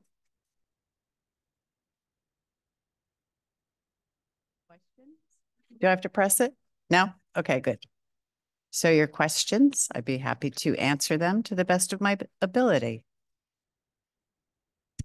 Well, I know that I sent some questions in advance, and I appreciate that. And just for the public, I had asked some specific questions regarding just the tutoring session and the opportunity for students to participate in both the tutoring segment as well as the actual program. Yes, exactly. Some parents have signed up for tutoring plus the program. No, I think that's a wonderful option, and I know we had done it last year, and I think you know, having that small group setting and learning component is quite helpful. I think kids can truly take advantage of that, and I think it actually has more impact, which I think is great. And if we can continue to build that out bigger and include more children in it, that would be wonderful.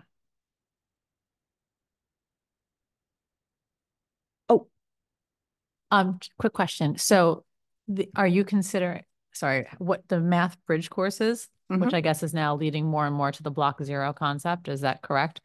Are you seeing an uptick in that from last summer, or about the same? Uptick It is from last summer, yes, definitely. That's interesting. That's actually, that says a lot. That means that people are kind of catching up to the concept. Okay, Yes. great. Thank you. You're welcome.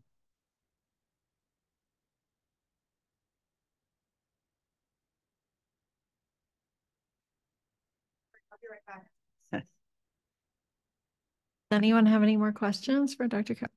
Michael? So, hi, and I appreciate I sent some questions ahead of time, so I appreciate your answers there. When we think about, I know you do this twice a year. You come back and report out on outcomes again in the fall.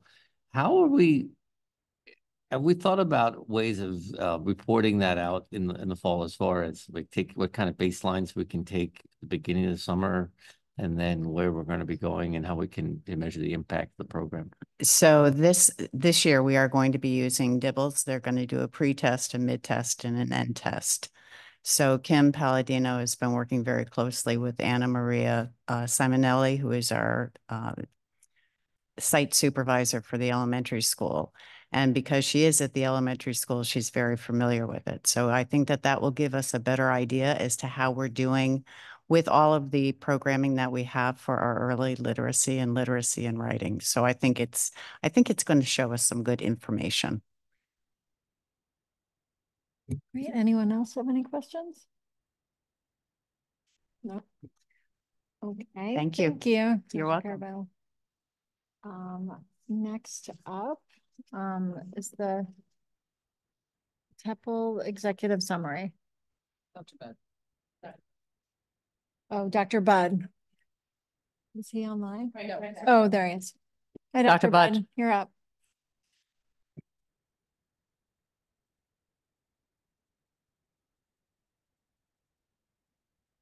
Good evening, everyone.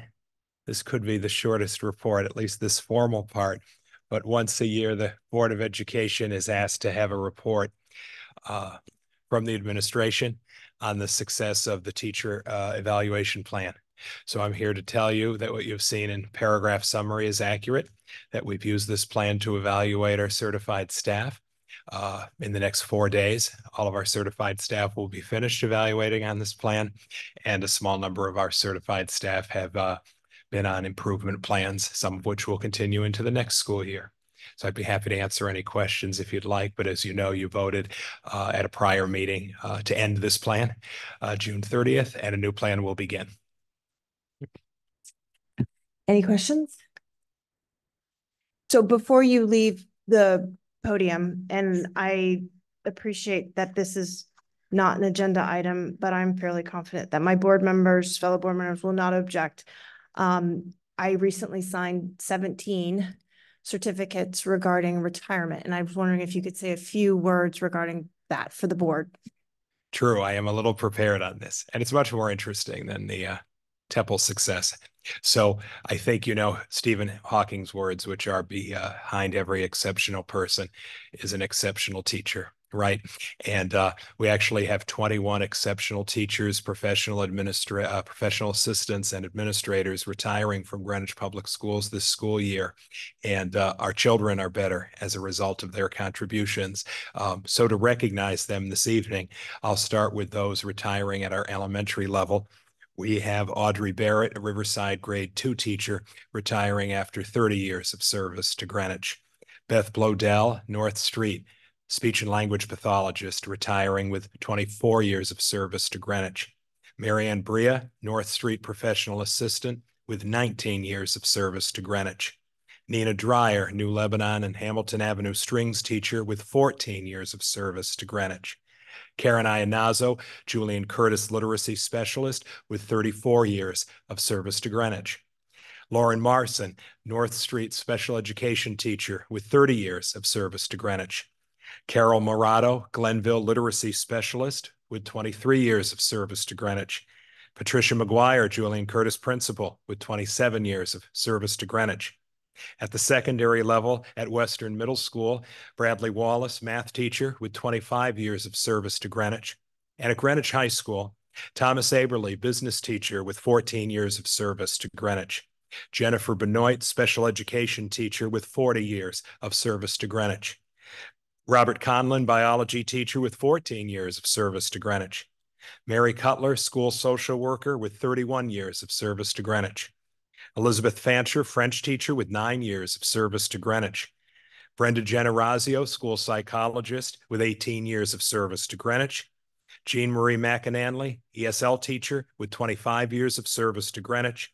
Joan O'Day, school social worker, with 32 years of service to Greenwich. Jean Pondejour, math teacher, with 25 years of service to Greenwich. Anna Romano, professional assistant, with 19 years of service to Greenwich. Mary Beth Smith, English teacher, with 32 years of service to Greenwich. And Joseph Verdiak, professional assistant, with 21 years of service to Greenwich. So if you're keeping track, that represents a total Are you ready? A total of 506 years of service to the Greenwich Public Schools. That's a total of just shy of 95,000 work days. And just think, on each of those days, each one of those people interacted not just with one child and not just with a handful of children, but with many, many dozens of children. So it's well over 1 million daily interactions with our children. And in closing, we, as you know, work to hire the best individuals possible for Greenwich Public Schools, but these 21 are really in so many ways irreplaceable. So I know that they appreciate you in joining me tonight and thanking them for their exceptional service to the district.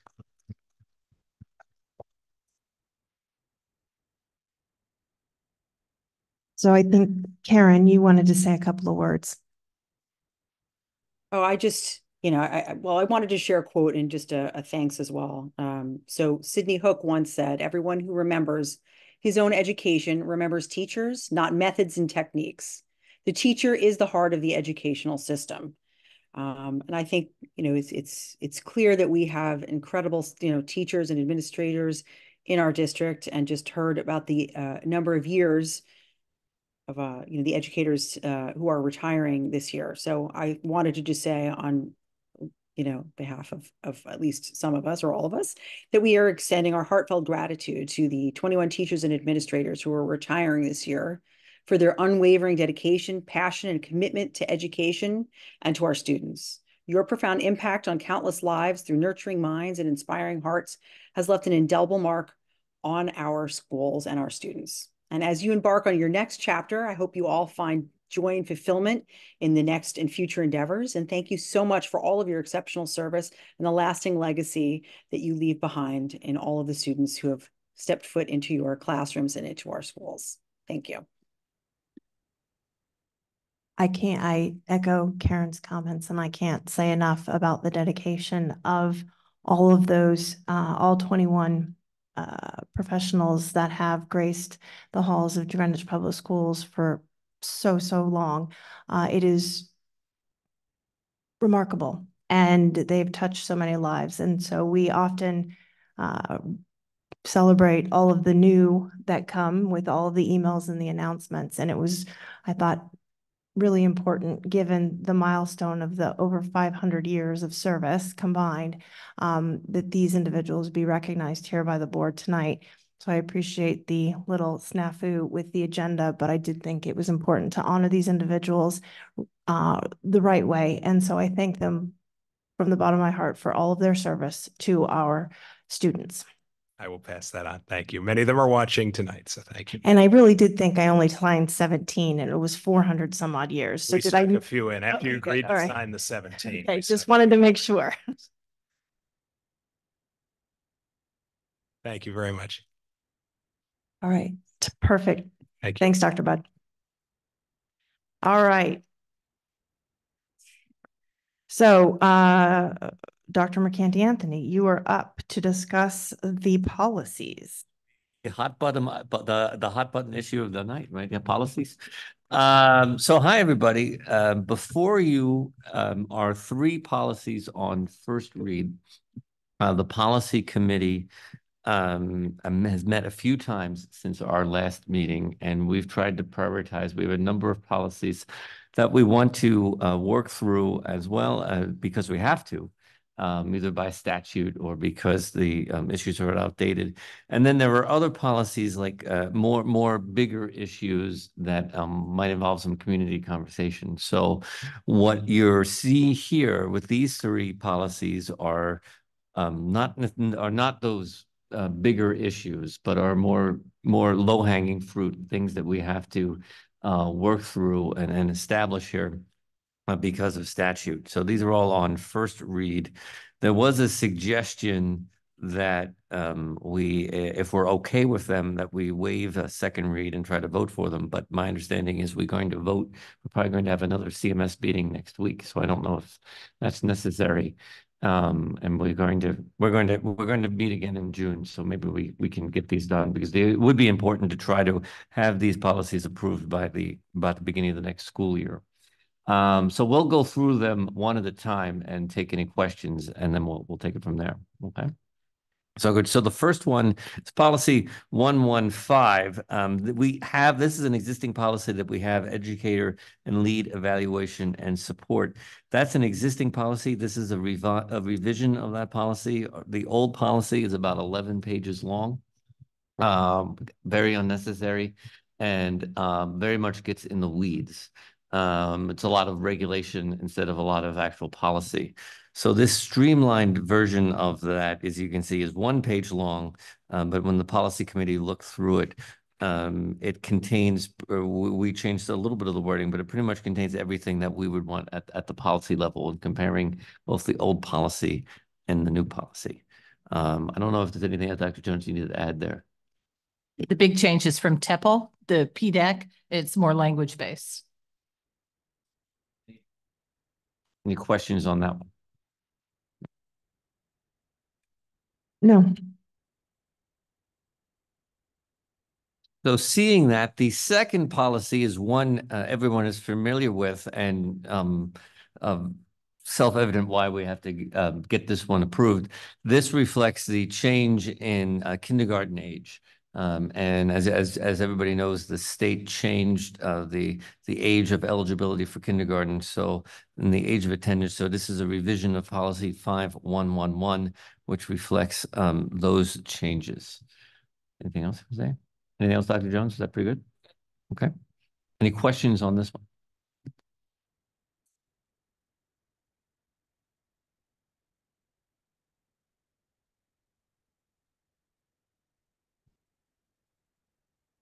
And the third one is policy 5141.213, which speaks specifically to the protective use of Narcan in schools. This, we had an existing policy, but as we know, this is an evolving challenge for communities across the country, and we felt the importance of updating our policy and making sure that it's aligned with best practice and safety. So we met with the nursing supervisor at the policy committee, and we reviewed that, and she made a number of changes to the policy. The biggest change here, there's two. One is that the old policy, only the nurse could administer Narcan as Narcan in the case of an overdose. Now any trained individual, and the policy defines what that training is. Similarly, we made sure that this policy specified that Narcan's to be stored in every nurse's office in every building for safety. I think those are the major things. Did I miss anything? Okay. Any other questions on this policy? When do we have to have these policies enacted by? July 1.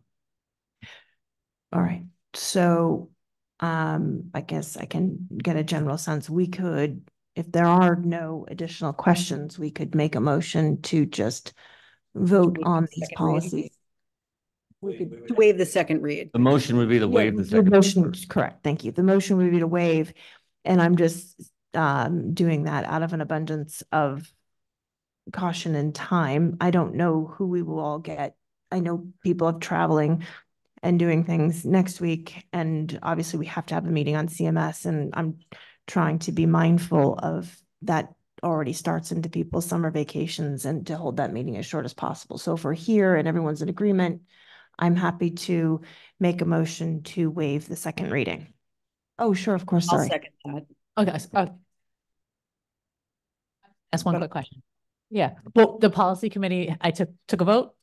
Yes, that's what I wanted to say. The policy committee voted 3-0 in favor of all three policies. Great. Then I think that I'm happy to vote then. Yeah. Okay. So do you want, Karen, you seconded? Did I hear that? Yes, I seconded. And I was also going to note that all three of those, the policy committee had voted unanimously for the changes. Okay. All in favor of these three motions? Oh, is that waiving? It's all no, it's just the motion to waive. Second read.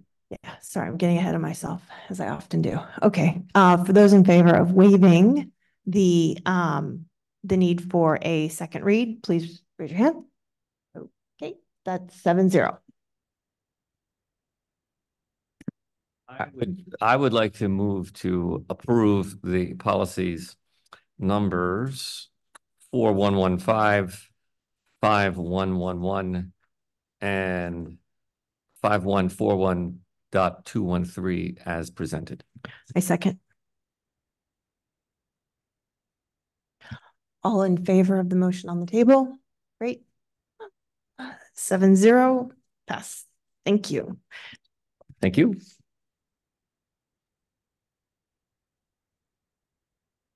All right, do we have Ms. Castro or Mr. Branyan on for our monthly financial report?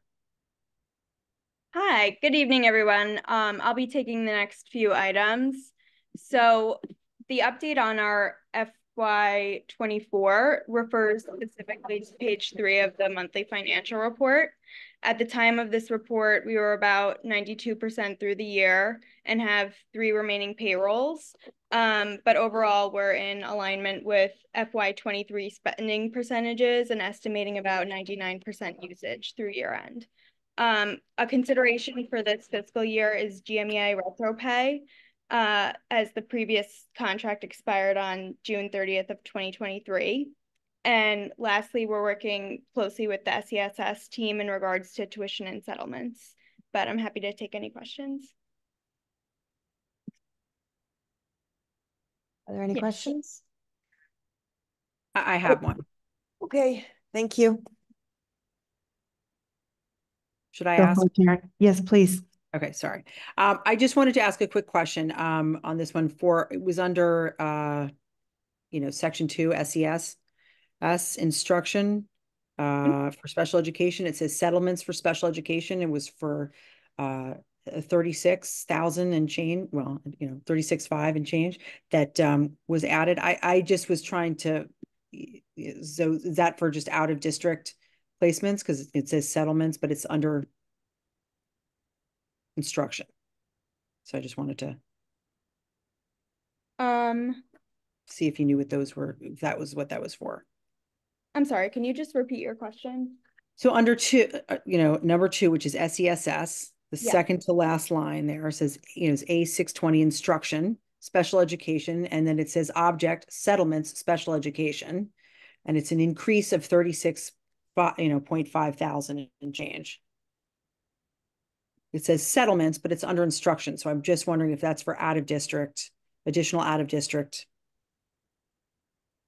Why it's under the instruction line. If you don't know, that's fine. We can. Yeah, I can definitely touch base offline, but our tuition and settlements lines are under instruction rather than like administration or any other departments. So generally speaking, if it's A620, it's instruction and it would fall under that category, but I'll be sure to follow up. I just assumed it was for out of district. I just wanted to, so I just wanted to make sure. Okay. Thank you.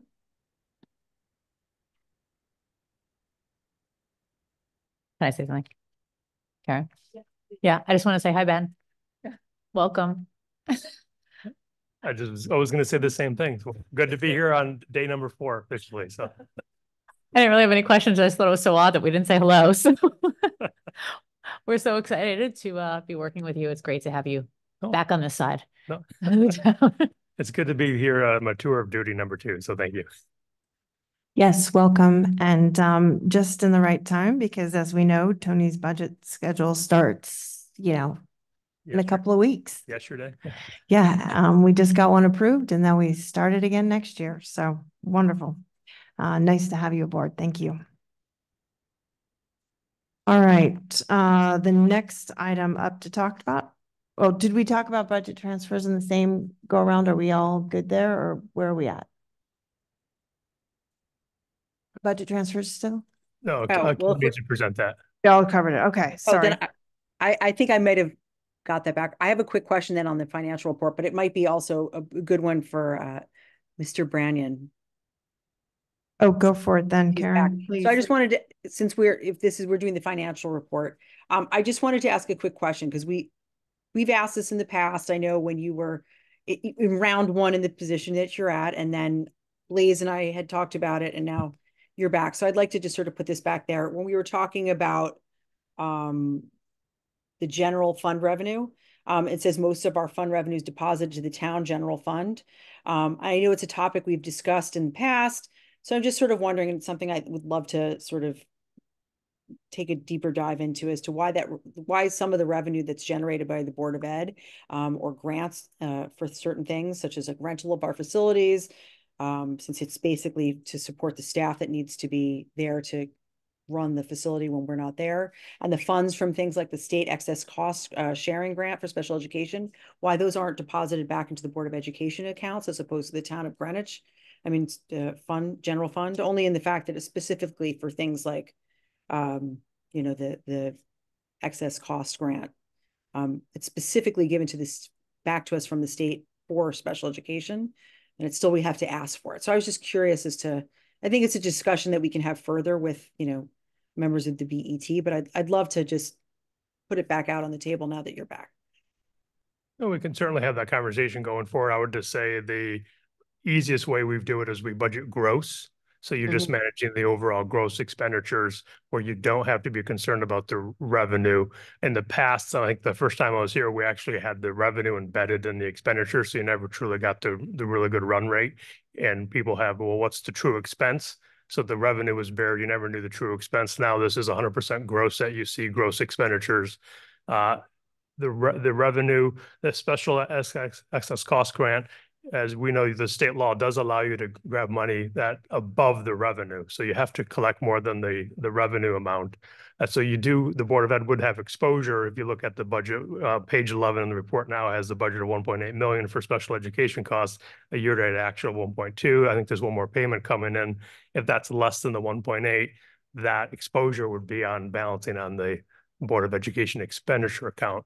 So it is a cleaner approach as it's been presented now, just to keep expenditures and revenue separate. So you just have to manage the expense, but we can certainly have that conversation with. Yeah, it's like, you know, especially when it comes to the, you know, education cost sharing grant and the special education excess cost grant, that's over $2.5 million. And I know because we're, you know, we always end up having to ask for you know, interims for special education.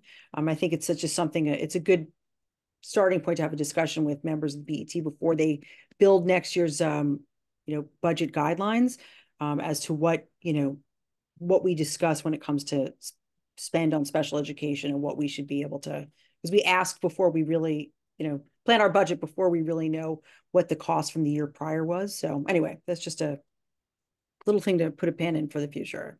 Thank you.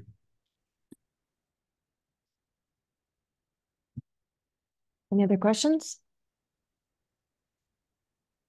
All right, great. Moving on to action items.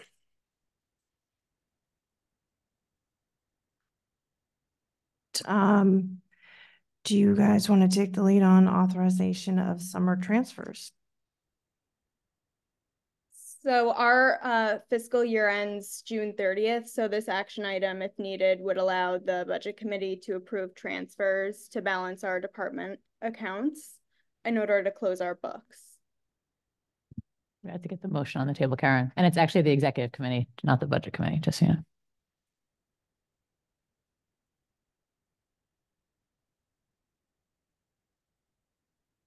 Do you want me to do it? Authorize the Board of Ed Executive Committee to approve all budget appropriation transfers during a special board meeting date to be determined. I'll second.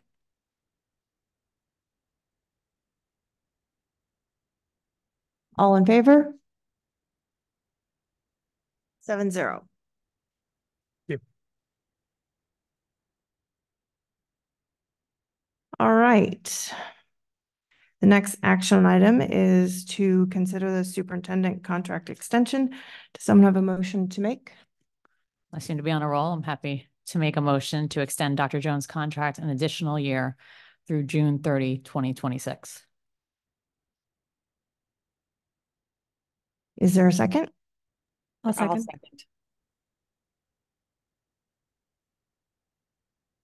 Discussion? Dr. McCanty. So one of the things that related to this, the next item is around board goals. And one of the things that we've been talking about is our own structure and how we're trying to better better improve our own policies and procedures and practices as a board. One of that refers to the superintendent evaluation. So we know that as a board, we have the tradition of the last few years of meeting in private, an executive session, and we did that a few weeks ago, and we gave Dr. Jones feedback around her performance this year, and there were a lot of strong commendations and some areas where we talked about where areas of growth for the district. So connected to that, what we wanted to do this year, we thought, which is more consistent with CABE policy and effective governance, is we created a summary of that feedback, and we're going to share that as part of our continuing practice in trying to support the evaluation and the governance of the district. So that's kind of what we've been doing behind the scenes over the last couple of weeks and things. And I think now we're in a place where we can bring this matter to a close for the benefit of the community. Are there any other comments? So I had a few, and so I just wanted to explain my vote. I view the role of the board's most important decision as the one regarding the superintendent, essentially our CEO. It is one I know many of us have had multiple discussions at length about over the last several weeks. We renewed Dr. Jones' contract last year for a year. In large part, several of us wanted to see where she measured up for the metrics that she set for herself in our strategic plan, to have an opportunity to see where she weathered against those goals. There are several concerns that we had raised last year, including the state of special education, transparency, and academic achievement for all. We did receive results in October based upon the academic achievement of our students, and we knew that many of those metrics had not been met. In fact, some had slipped below prior year's marks, which was very concerning. Our graduation rate has even slipped. Overall, academic achievement is down. And while we can— Hey, Karen, I'm sorry, this is a point of order. You're talking about things that were said in executive session. No, these are my comments. These are— Okay, then we're all going to do that? Okay. These are my comments. These are my comments as to why I'm voting the way I'm voting, and I have a right and an opportunity to give an understanding as to why I am voting against the renewal. All right, then I guess I will follow up. Okay, thank you. That's fine. I'm not saying anything that anybody else has ever said. While we can argue that we now have a uniform teaching system in place, our students are not performing equally, and I am concerned regarding the trend that we've seen over the next several years. We've spent hundreds of thousands of dollars to revamp special education, and we are not close to achieving the goals for which we started in that process. And there are children within our special ed that are not receiving the services that they've been guaranteed to by the state. And our teachers within the special ed program are overwhelmed and making it very difficult for them to affect change. Our ability to retain talented teachers continues to be a concern, despite having the highest paid teachers in Connecticut. And I'd say we should not be fooled in those that have left for promotional opportunities. I believe in part we are losing talented teachers that were replaced by other teachers that I have concerned. Our beloved award-winning art program will be run now by a high school band teacher with no administrative background. I hope he surprises me and all of us, and we have not yet set him or our program for failure. Moreover, I have no problem hiring from outside to enlighten our way of thinking, but I have grave concerns when they come from schools that are not performing to our expectations and standards. Overall, our teacher satisfaction and administration satisfaction is low, and the survey that allegedly tests that satisfaction level asked one question regarding teacher satisfaction, and it had nothing to do with the views of senior leadership and how our district was being run. So to me, that is telling how one can say there is a high rate of staff and administration satisfaction when we don't even ask the right questions. So I'm voting no on renewal, as I have grave concerns going forward. And I think it is a time to explore different opportunities for the advancement and growth of our Greenwich Public School System.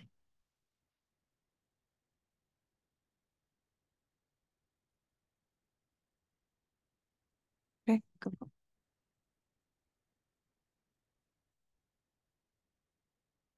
Many of the speakers tonight, in addition to Chairperson Kowalski, reiterated many of the concerns that I shared with the board during our executive session.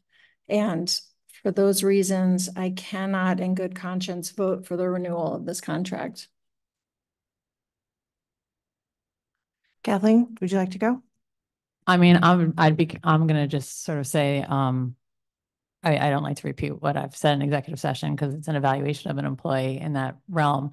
I am very happy to say publicly that I think Dr. Jones, I echo a lot of the comments that we heard tonight. I feel from the head of PTAC to Robin Leader to Brian Zeller, who I thought had an interesting perspective as a coach and a parent and everything. I think I've heard from so many parents and teachers such great things from her being a great leader in the face of so much difficulty when you have so many different constituencies to respond to.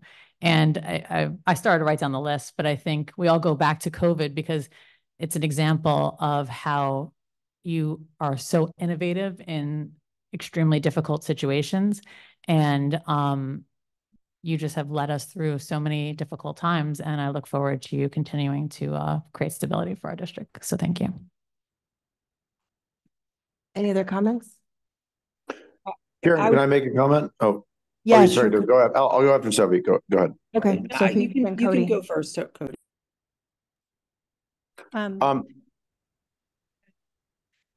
Go ahead, Cody. I was just going to make a, well, I think the vote is already sort of baked here, but I think my hesitancy on extension relates to unrelated to Tony, who I think is great in a lot of ways.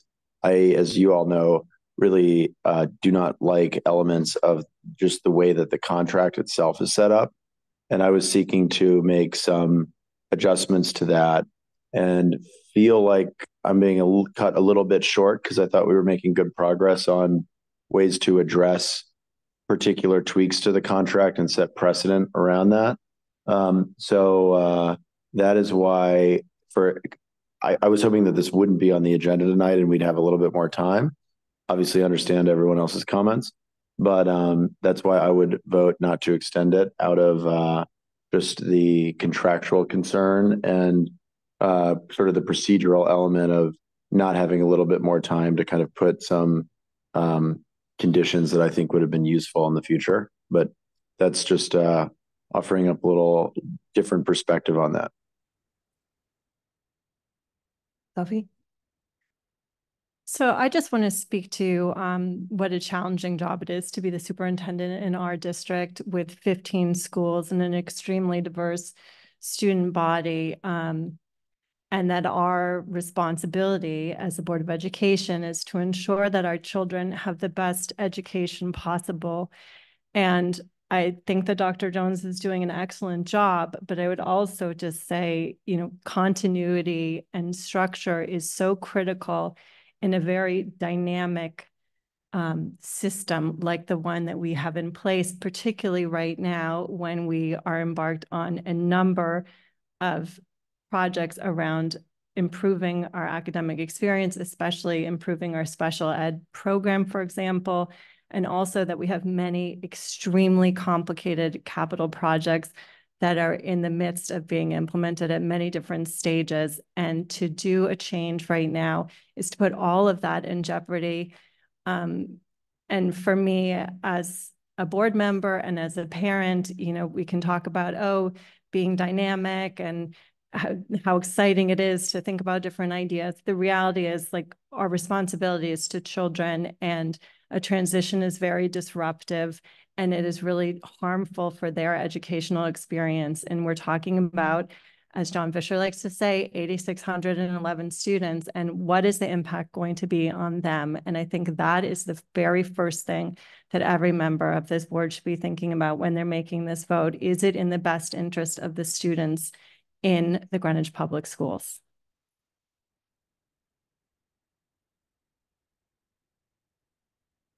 Karen or Laura? I'd like to call the question, please. I was just going to say, you know, I echo in a lot of ways what Sophie had said. Like we have already, as the superintendent review was given, and we have already shared that. It's not on the agenda tonight. So, you know, she's met all of her goals. She has, you know, consistently put our students at the forefront of things. We heard that from countless parents and PTA council members and others that have stood up and spoken on behalf, and in emails that we have gotten as well. We do have 5 years of a strategic plan to meet, you know, the full-on academic and achievement goals, and I think we're really on a strong path to get there. And we need a leader to keep that boat going forward. And to me, that's, you know, we've seen growth, we've seen improvements in a lot of ways, and there are, you know, other areas of, you know, improvement to be made in many different ways. And, you know, I know that's something that's been already discussed. So I do think that this is something that will benefit our students in the long run. And, you know, we need a strong leader to keep this boat afloat. All right, Laura called the question. All in favor of the motion on the table to renew Dr. Jones's contract for a year, raise your hands. Okay. That's 5. All opposed? Cody? I can't. Count me as abstaining. Okay. So the vote is 5-1.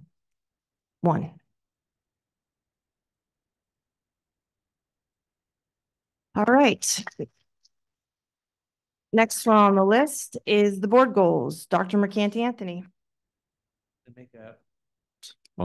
I'd like to make a motion to approve the 2024-25 board goals and self-evaluation. Happy to second that.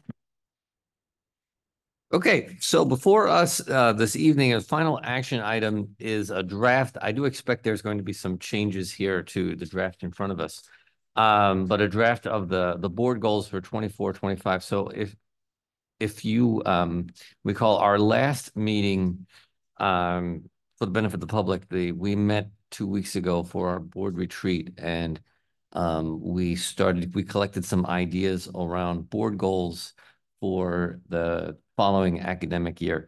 The board goals are different than superintendent goals. They're different than the strategic plan. While the strategic plan is the overall direction, particularly the academic direction of the district over a 5-year period, and the superintendent goals are the superintendent's objectives for what she wants to accomplish over the next year, much of that in relation to the strategic plan.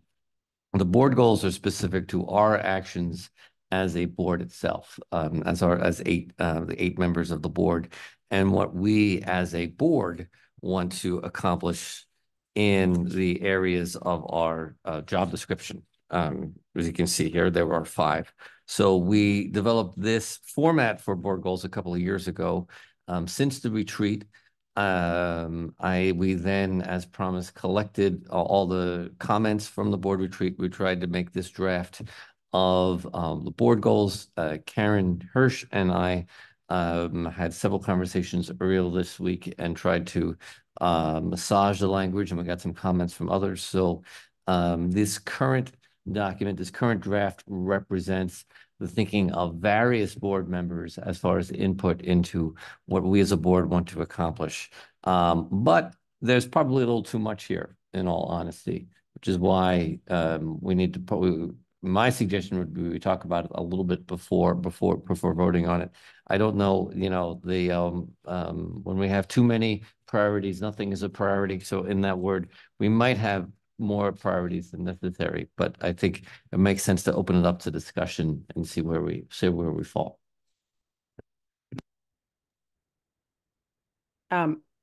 I know it's hard to see behind you, Karen, but I have my hand raised. No, I sensed it. Go for it, Karen. No, I was just going to say, I know that we had put this motion on the table because it's under the action items. And I think it's actually, since I didn't realize it was initially going to be on as an action item because we were still working to get input from other members of the board. And I know there's a couple of items that were added here that were, Mike and I have discussed that we as a board should probably have a discussion about. And so I was hoping to see if the board might be amenable to not vote on this evening so that we can actually have a little bit more of a discussion and then put something forward that's actually properly revised.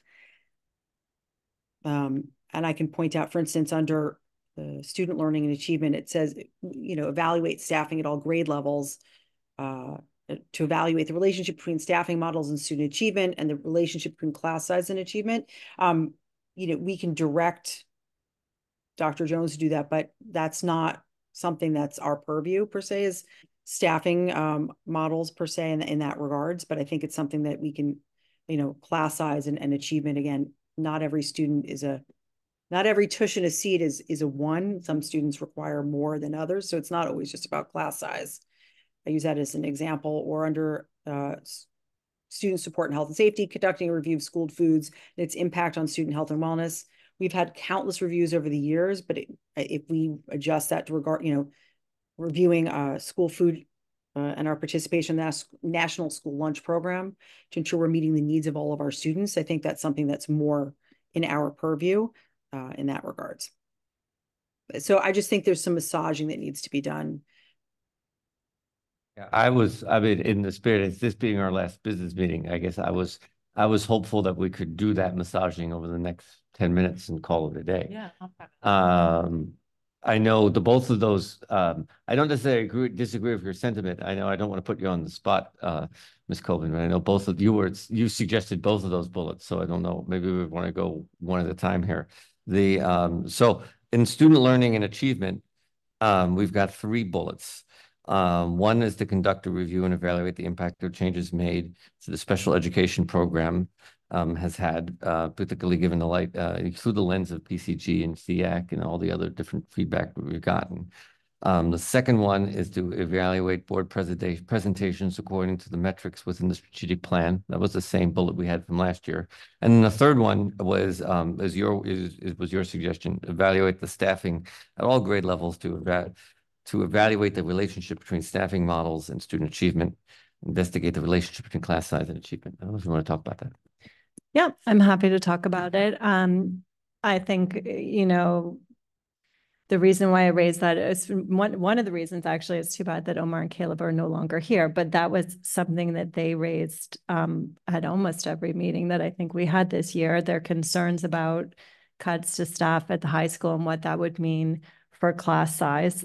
So I just think it's something that we should follow up on and really understand. I appreciate that over the summer, we always have to see how things shake out and what classes students actually enroll in and all of that. But I think that's a really important metric for us to be following. And I also know that at the elementary school level and in the middle school level, we've had some of the schools that have very, very high enrollment that results in high class size because we're honestly limited by the physical capacity of the school. So the number of classrooms that are available. And I'm not an educator, but I do understand that class size is one of the things that has been shown to be very significant to educational attainment. So I think it's something that we should be tracking carefully. And just the fact that the students are raising it. And then honestly, I've heard it from parents this year who've had their kids in classes that are towards the top of what our capacity is. I appreciate that we haven't exceeded that capacity, but we're awfully close to it in some of the schools. So I just think it's something for us to be mindful of. Yeah, so my comment was that I don't think it's necessarily a bad idea that's behind it, just the way it's worded. There are alternative wording that make more sense. Oh, go ahead while you think about that. Go ahead, Laura. I just want to say, I think you've done a wonderful job. I would think get more efficient if we could maybe work via, a Google document so we could make our own edits and bring this back. I know you've done a lot of hard work and I am grateful that you did, but in the interest of efficiency and not we have words, had the Google Doc for the last week out there. I Sure. understand. It's a very busy time to make it happen. But hey, we got one more meeting coming up. So if there was one other very important agenda item we could add, I'd say this might be one. Okay, so I am hearing collective sentiment to consider revisions to this document over the next week, and we will bring it back at our next meeting to approve it, so that we can get this done and provide direction to the district and for ourselves speedily for the 24-25 academic year. That's fair? I would just say I don't think anything is lost since we're going into summer and school's out. So if we wait another week, it's not like we're losing time. Yeah, so we just either need to withdraw the motion. I will withdraw the motion. And then we can make a motion to table this to our next meeting. And thank you, Dr. Mercanti Anthony, for your hard work. Can I ask one question before we can make a motion to table it? Because there was one you and I had discussed that I think also might have been Sophie's that I was just hoping to get a little bit more understanding. It's probably better to have it here so the rest of the board can hear. Sorry for the noise behind me, but Sophie, I think you may have asked or recommended review opportunities for social engagement in the schools and potential for expanding those opportunities. Was that one that you had suggested? Yes, it was. So if you could just give a little bit more background for that one, because I wasn't sure it was if you meant social engagement opportunities for the board within our schools and expanding opportunities, or if it was for students to have more opportunity for. I just wasn't clear the what you were looking for there. I was not talking about the board socializing at school. No, I was. Just attending school events. I wasn't sure. Sorry, I lost my thing on this.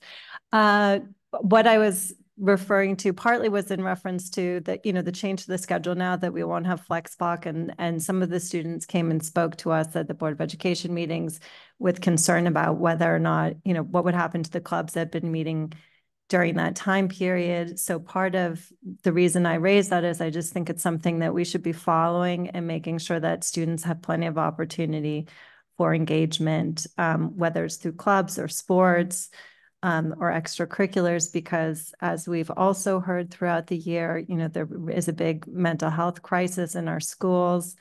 And, one of the best ways to help students is to make sure that they have opportunities to be with their peers. And so that's why I wanted to have that on as one of our goals, is to be making sure that they are having that opportunity, particularly in light of the change to the schedule, which I'm supportive of, but I did hear students, raise concerns about the elimination of the FlexBlock specifically on that issue. So that's why I wanted to track it. So can I just ask, since we're going to be bringing this document back with revisions, I'm happy to sit with you and to maybe help revise that so that it's a worthy goal. I know we had one similar last year to focus on the social and emotional well-being of our students, but I think if we just revise the way that's worded, it will, because I know it didn't make, I wasn't sure, it wasn't clear to me, and I think it's I'm happy to work with you on revising the language. Yeah, it's a worthy topic, certainly, or goal, I should say.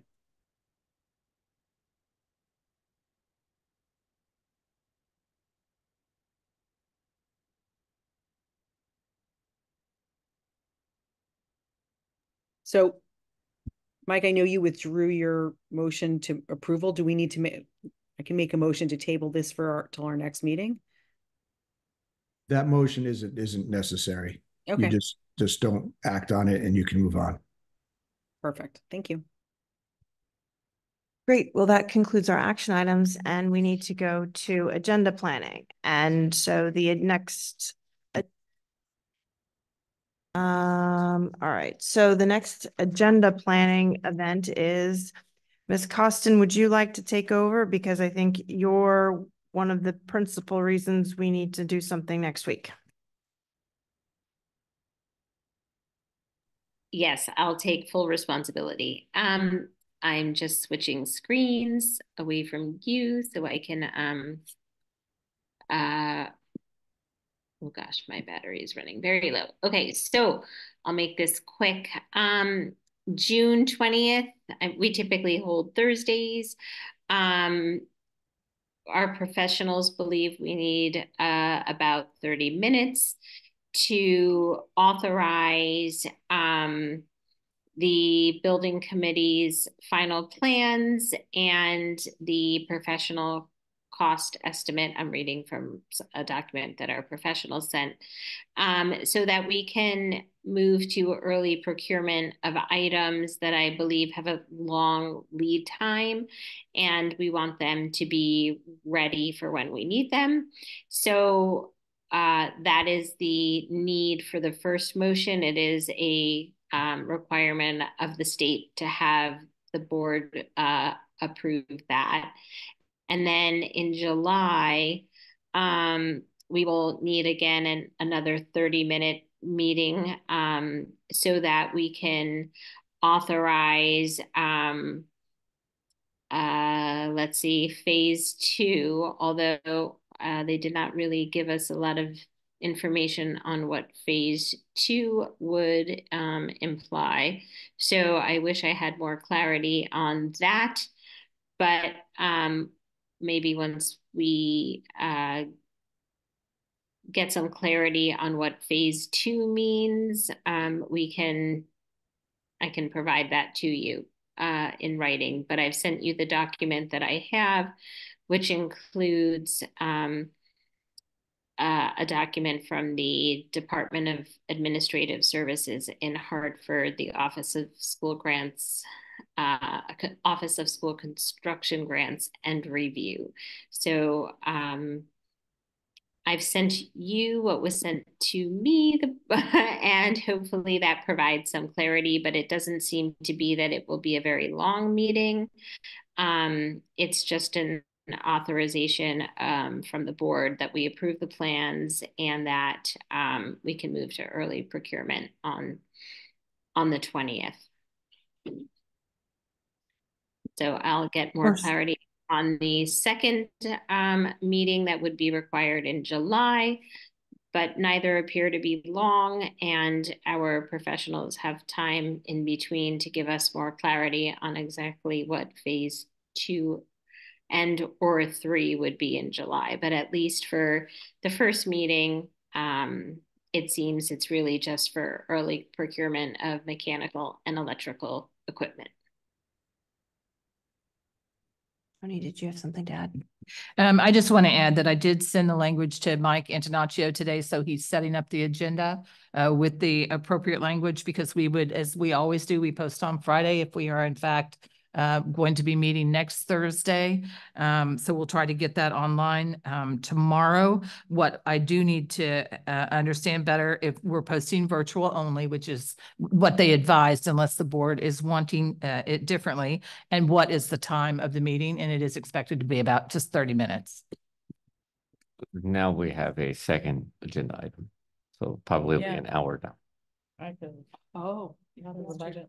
I mean, Board goals. Board goals. Yes. Say virtual. Yeah, we can still say virtual. Yeah, I would suggest virtual. Should we is 7 p.m. sticking to our usual time sufficient since it's virtual? Or do the people that are presenting, are they?